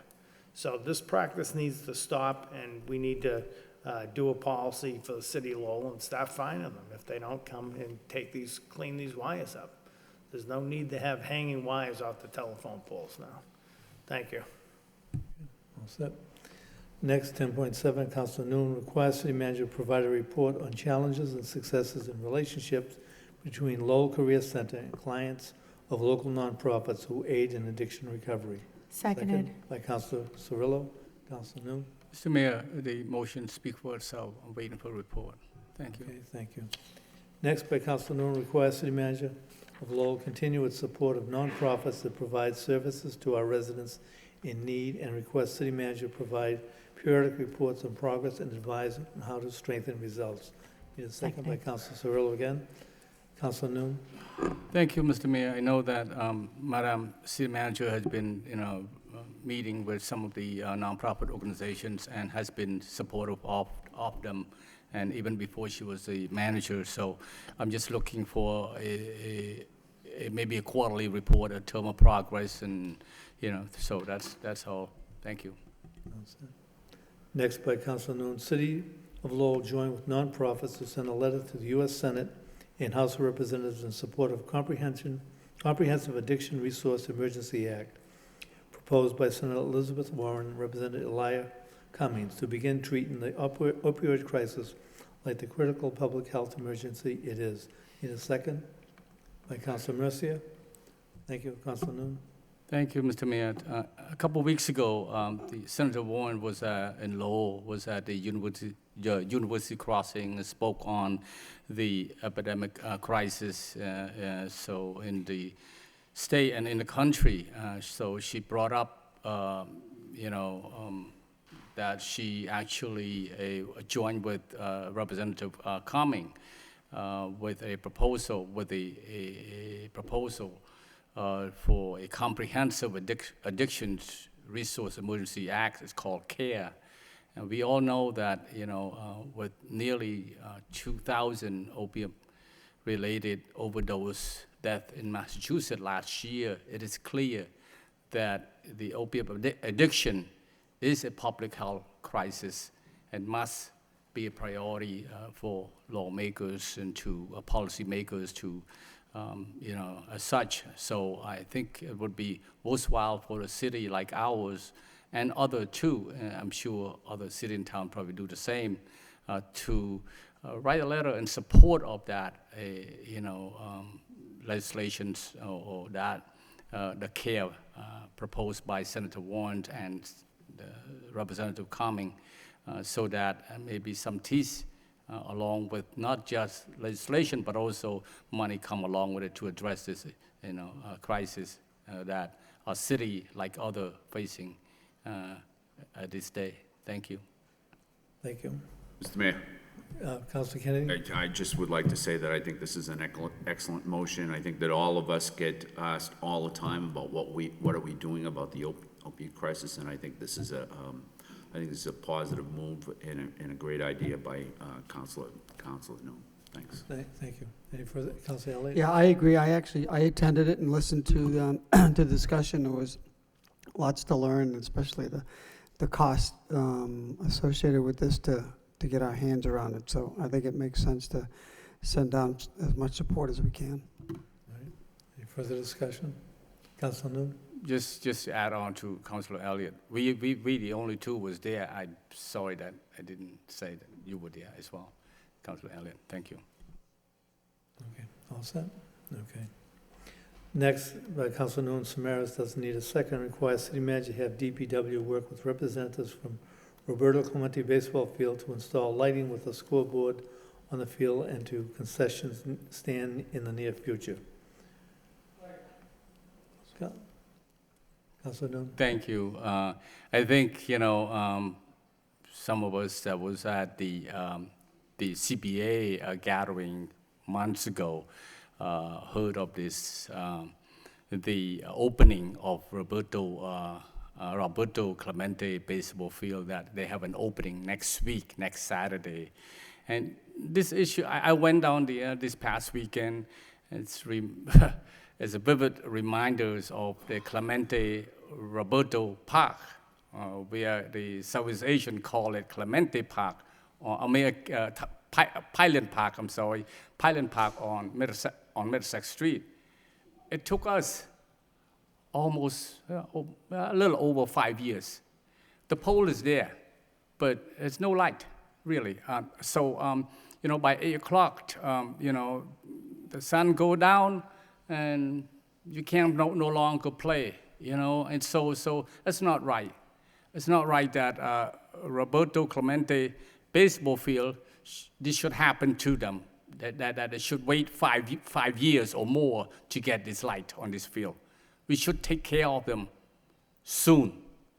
Not only that, the light, but also because it was a baseball field, there's no scoreboard. So maybe we ought to do that as well.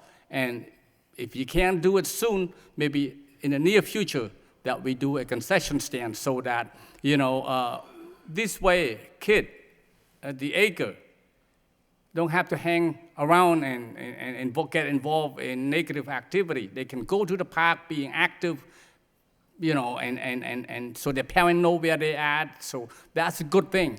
That's what we want. So I hope that we act on this quicker and not waiting 5 or more years.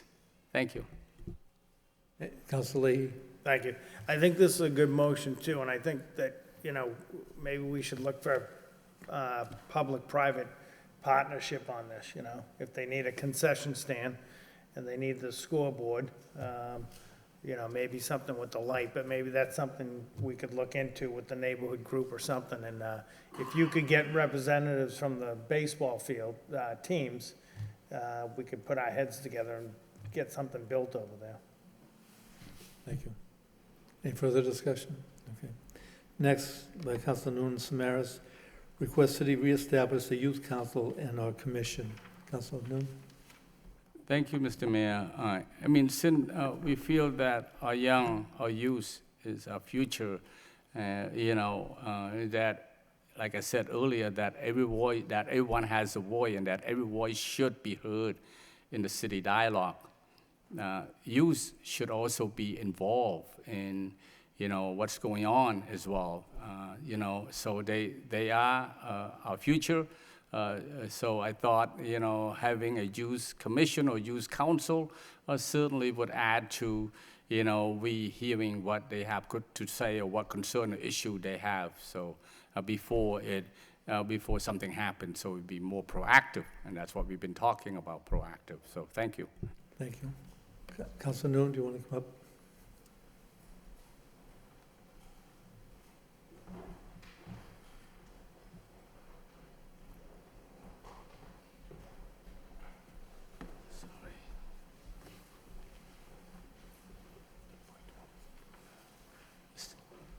Mr. Mayor? Yep. Just to finish off on that, I think many of us went to UTEC, the reopening of the new building or the opening of the new building. Could you read the motion and second it? I'm sorry. Oh, you I'm talked it on. sorry. Yeah, I'm sorry. Councilor Elliott, Councilor Amosia, I'm sorry. Councilor Noon and Mayor Samaras request city reestablish the youth council and or commission. I'm sorry, we were talking about that. But I just wanted to add the importance of this youth council. I think UTEC is a great example of, involving youth in decision-making process. We went to the opening of the new building, but the thing is, UTEC has shown that by working very well with many of the young men and women that have had problems, with their lives, have really turned everything around. And I think this youth commission would be good for the city to reestablish programs in various parts of the city. So thank you for that. Thank you, Mr. Mayor. Councilor Conway. Thank you, Mr. Vice Mayor. We do have a subcommittee on youth. Would we refer that to the subcommittee? Yes, let's refer that to the subcommittee on youth. Yes. Councilor Elliott seconded. So the request is sent to the youth subcommittee. All right, anything else? Okay, next, Mayor Samaras requests the city managers instruct the law department to draft a home rule petition to allow the city to appoint retired low police officers to work, pay detailed assignment. Seconded. You hear second. It's you, Councilor Leahy, and Councilor Cirillo. Go ahead. Okay. Thank you, Councilor Leahy. But I think all of us know, just driving through the city, that there's an awful lot of construction going on in the city. But in talking with members of the police department, they've had problems filling some of those slots. As a matter of fact, in some cases, they've even had to go either leave them unfilled or go to the out of town to bring in outside police officers within the city. There are many communities that have this type of program in which they use retired police officers to fill in when there is no one else available. And the one thing about this had the approval of outgoing Chief Taylor. The union approves of all of this, and in no way will this impact anybody that's a police officer in the present-day force. In other words, it's just if the position's open and there's no available police officer to fill those positions, we'd have a retired police officer come in. There are various restrictions that have been made on this, and especially in some of the petitions, home rule petitions, like the city of Cambridge. Example where the police officers have to be within 5 years of retirement. They have to pay for their own physicals to be physically able. They would have the ability to make an arrest if they had to, but it's really something that would not cost the city any more money. As a matter of fact, you know, the city gets so much money for every police officer that does fulfill a position out on the street. So I think this is a good request by the police department to send in a petition to the state, a home rule petition to allow retired police officers to work the details. And this is done in many of the communities that surround Lowell, and why not Lowell? Thank you. Thank you, Mr. Mayor. This motion passed. Any announcement? No announcement. Motion to adjourn. So moved. Councilor Kennedy and second by Councilor Cirillo. We adjourn for tonight. Thank you.